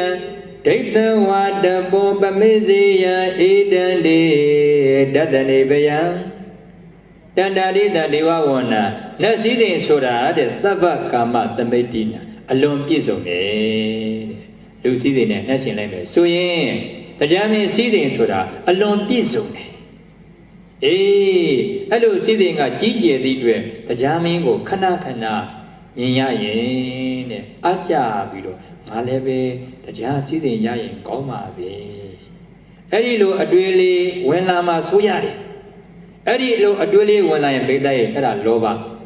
ဘာလဲလောဘဝင်လာရင်ငါအတွက်အနှောက်အယှက်ပဲတဲ့ဒါကြောင့်လည်းတရားမင်းမလာတော့နေနဲ့လာရင်တဲ့အကြပြီးတော့လောဘဖြစ်မှာဆိုလို့ပါဒါကဘာလဲဆိုတော့ဘိသက်ကြီးကျွန်တော်ဝိပဿနာမြင်နေကြည့်မယ်ဆိုရင်ဟ ဟောထားတာရှိပါတယ်မမြင်ရရာကိလေသာသူဟာသူငြိမ့်သည်မကြားရရာကိလေသာသူဟာသူငြိမ့်သည်တခါတည်းတစုံတယောက်ကိုမြင်လိုက်မယ်အဲ့ဒီပုဂ္ဂိုလ်ကကိုယ်နဲ့မတည့်ဘူးဆိုရင်ဘိသိက်စိတ်ထဲမှာဘာဖြစ်လာလဲကိလေသာဖြစ်လာတယ်ကိုယ်နဲ့မတည့်တဲ့လူကိုယ့်ရဲ့ယံသူကိုတွေ့လိုက်ရင်ဒေါသကိလေသာဖြစ်လာမယ်အဲ့ဒါပါလေမြင်လို့ဖြစ်တာဗျမမြင်ဖြစ်ပါမလားမဖြစ်ဘူးမမြင်ရရင်ကိလေသာကအလိုလိုငြိမ့်သွားတယ်ဒါလည်းဘိသိက်မှတ်သားစရာပဲနော်လောဘဖြစ်တယ်ဆိုတာလူချင်းပွဲအာယုံကိုမြင်လိုက်လို့ဒေါသဖြစ်တယ်ဆိုတာလည်းပဲစိတ်ဆိုးစရာအာယုံကိုမြင်လိုက်လို့ခုနပြောခဲ့ပြီကိုယ့်ရဲ့ယံသူကိုတွေ့လိုက်မယ်မျက်စိကနေအစင်းကိုမြင်လိုက်မယ်ဒီတော့ပိဋကရဲ့မြင်သိစိတ်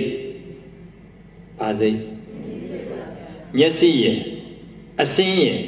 မြင်သိစိတ်ရဲ့အဲ့ဒီသုံးခုပေါင်းစုံတာကိုဖတ်တာလို့ခေါ်တယ်ဘာလို့ခေါ်မလဲဖတ်တာပိစယဝေဒနာတဲ့တခါကြီးသိပါတယ်နော်ပရိစ္ဆေသမုပ္ပါလေဖတ်တာပိစယအဲ့ဒီမျက်စိရဲ့အစင်းရဲ့မြင်သိစိတ်ရဲ့သုံးမျိုးပေါင်းစုံမှုကြောင့်ဝေဒနာဟာလေခံစားမှုဟာလေခံစားမှုကောင်းတာခံစားတော့လောဘမကောင်းတာခံစားတော့ဒေါသကိုယ့်ရဲ့ယံသူကိုတွေးလိုက်ရင်ဘိသိက်ရဲ့စိတ်ထဲမှာဘာဖြစ်မလဲခံစားမှုကကိုမကောင်းတော့နော်ကိုယ်တွေမှာအစင်မပြေတော့အဲ့လိုမကောင်းတဲ့ပြင်ခံစားလိုက်ရင်တဲ့ဘိသိက်ရဲ့ဒေါသပြီးလောင်ပြီ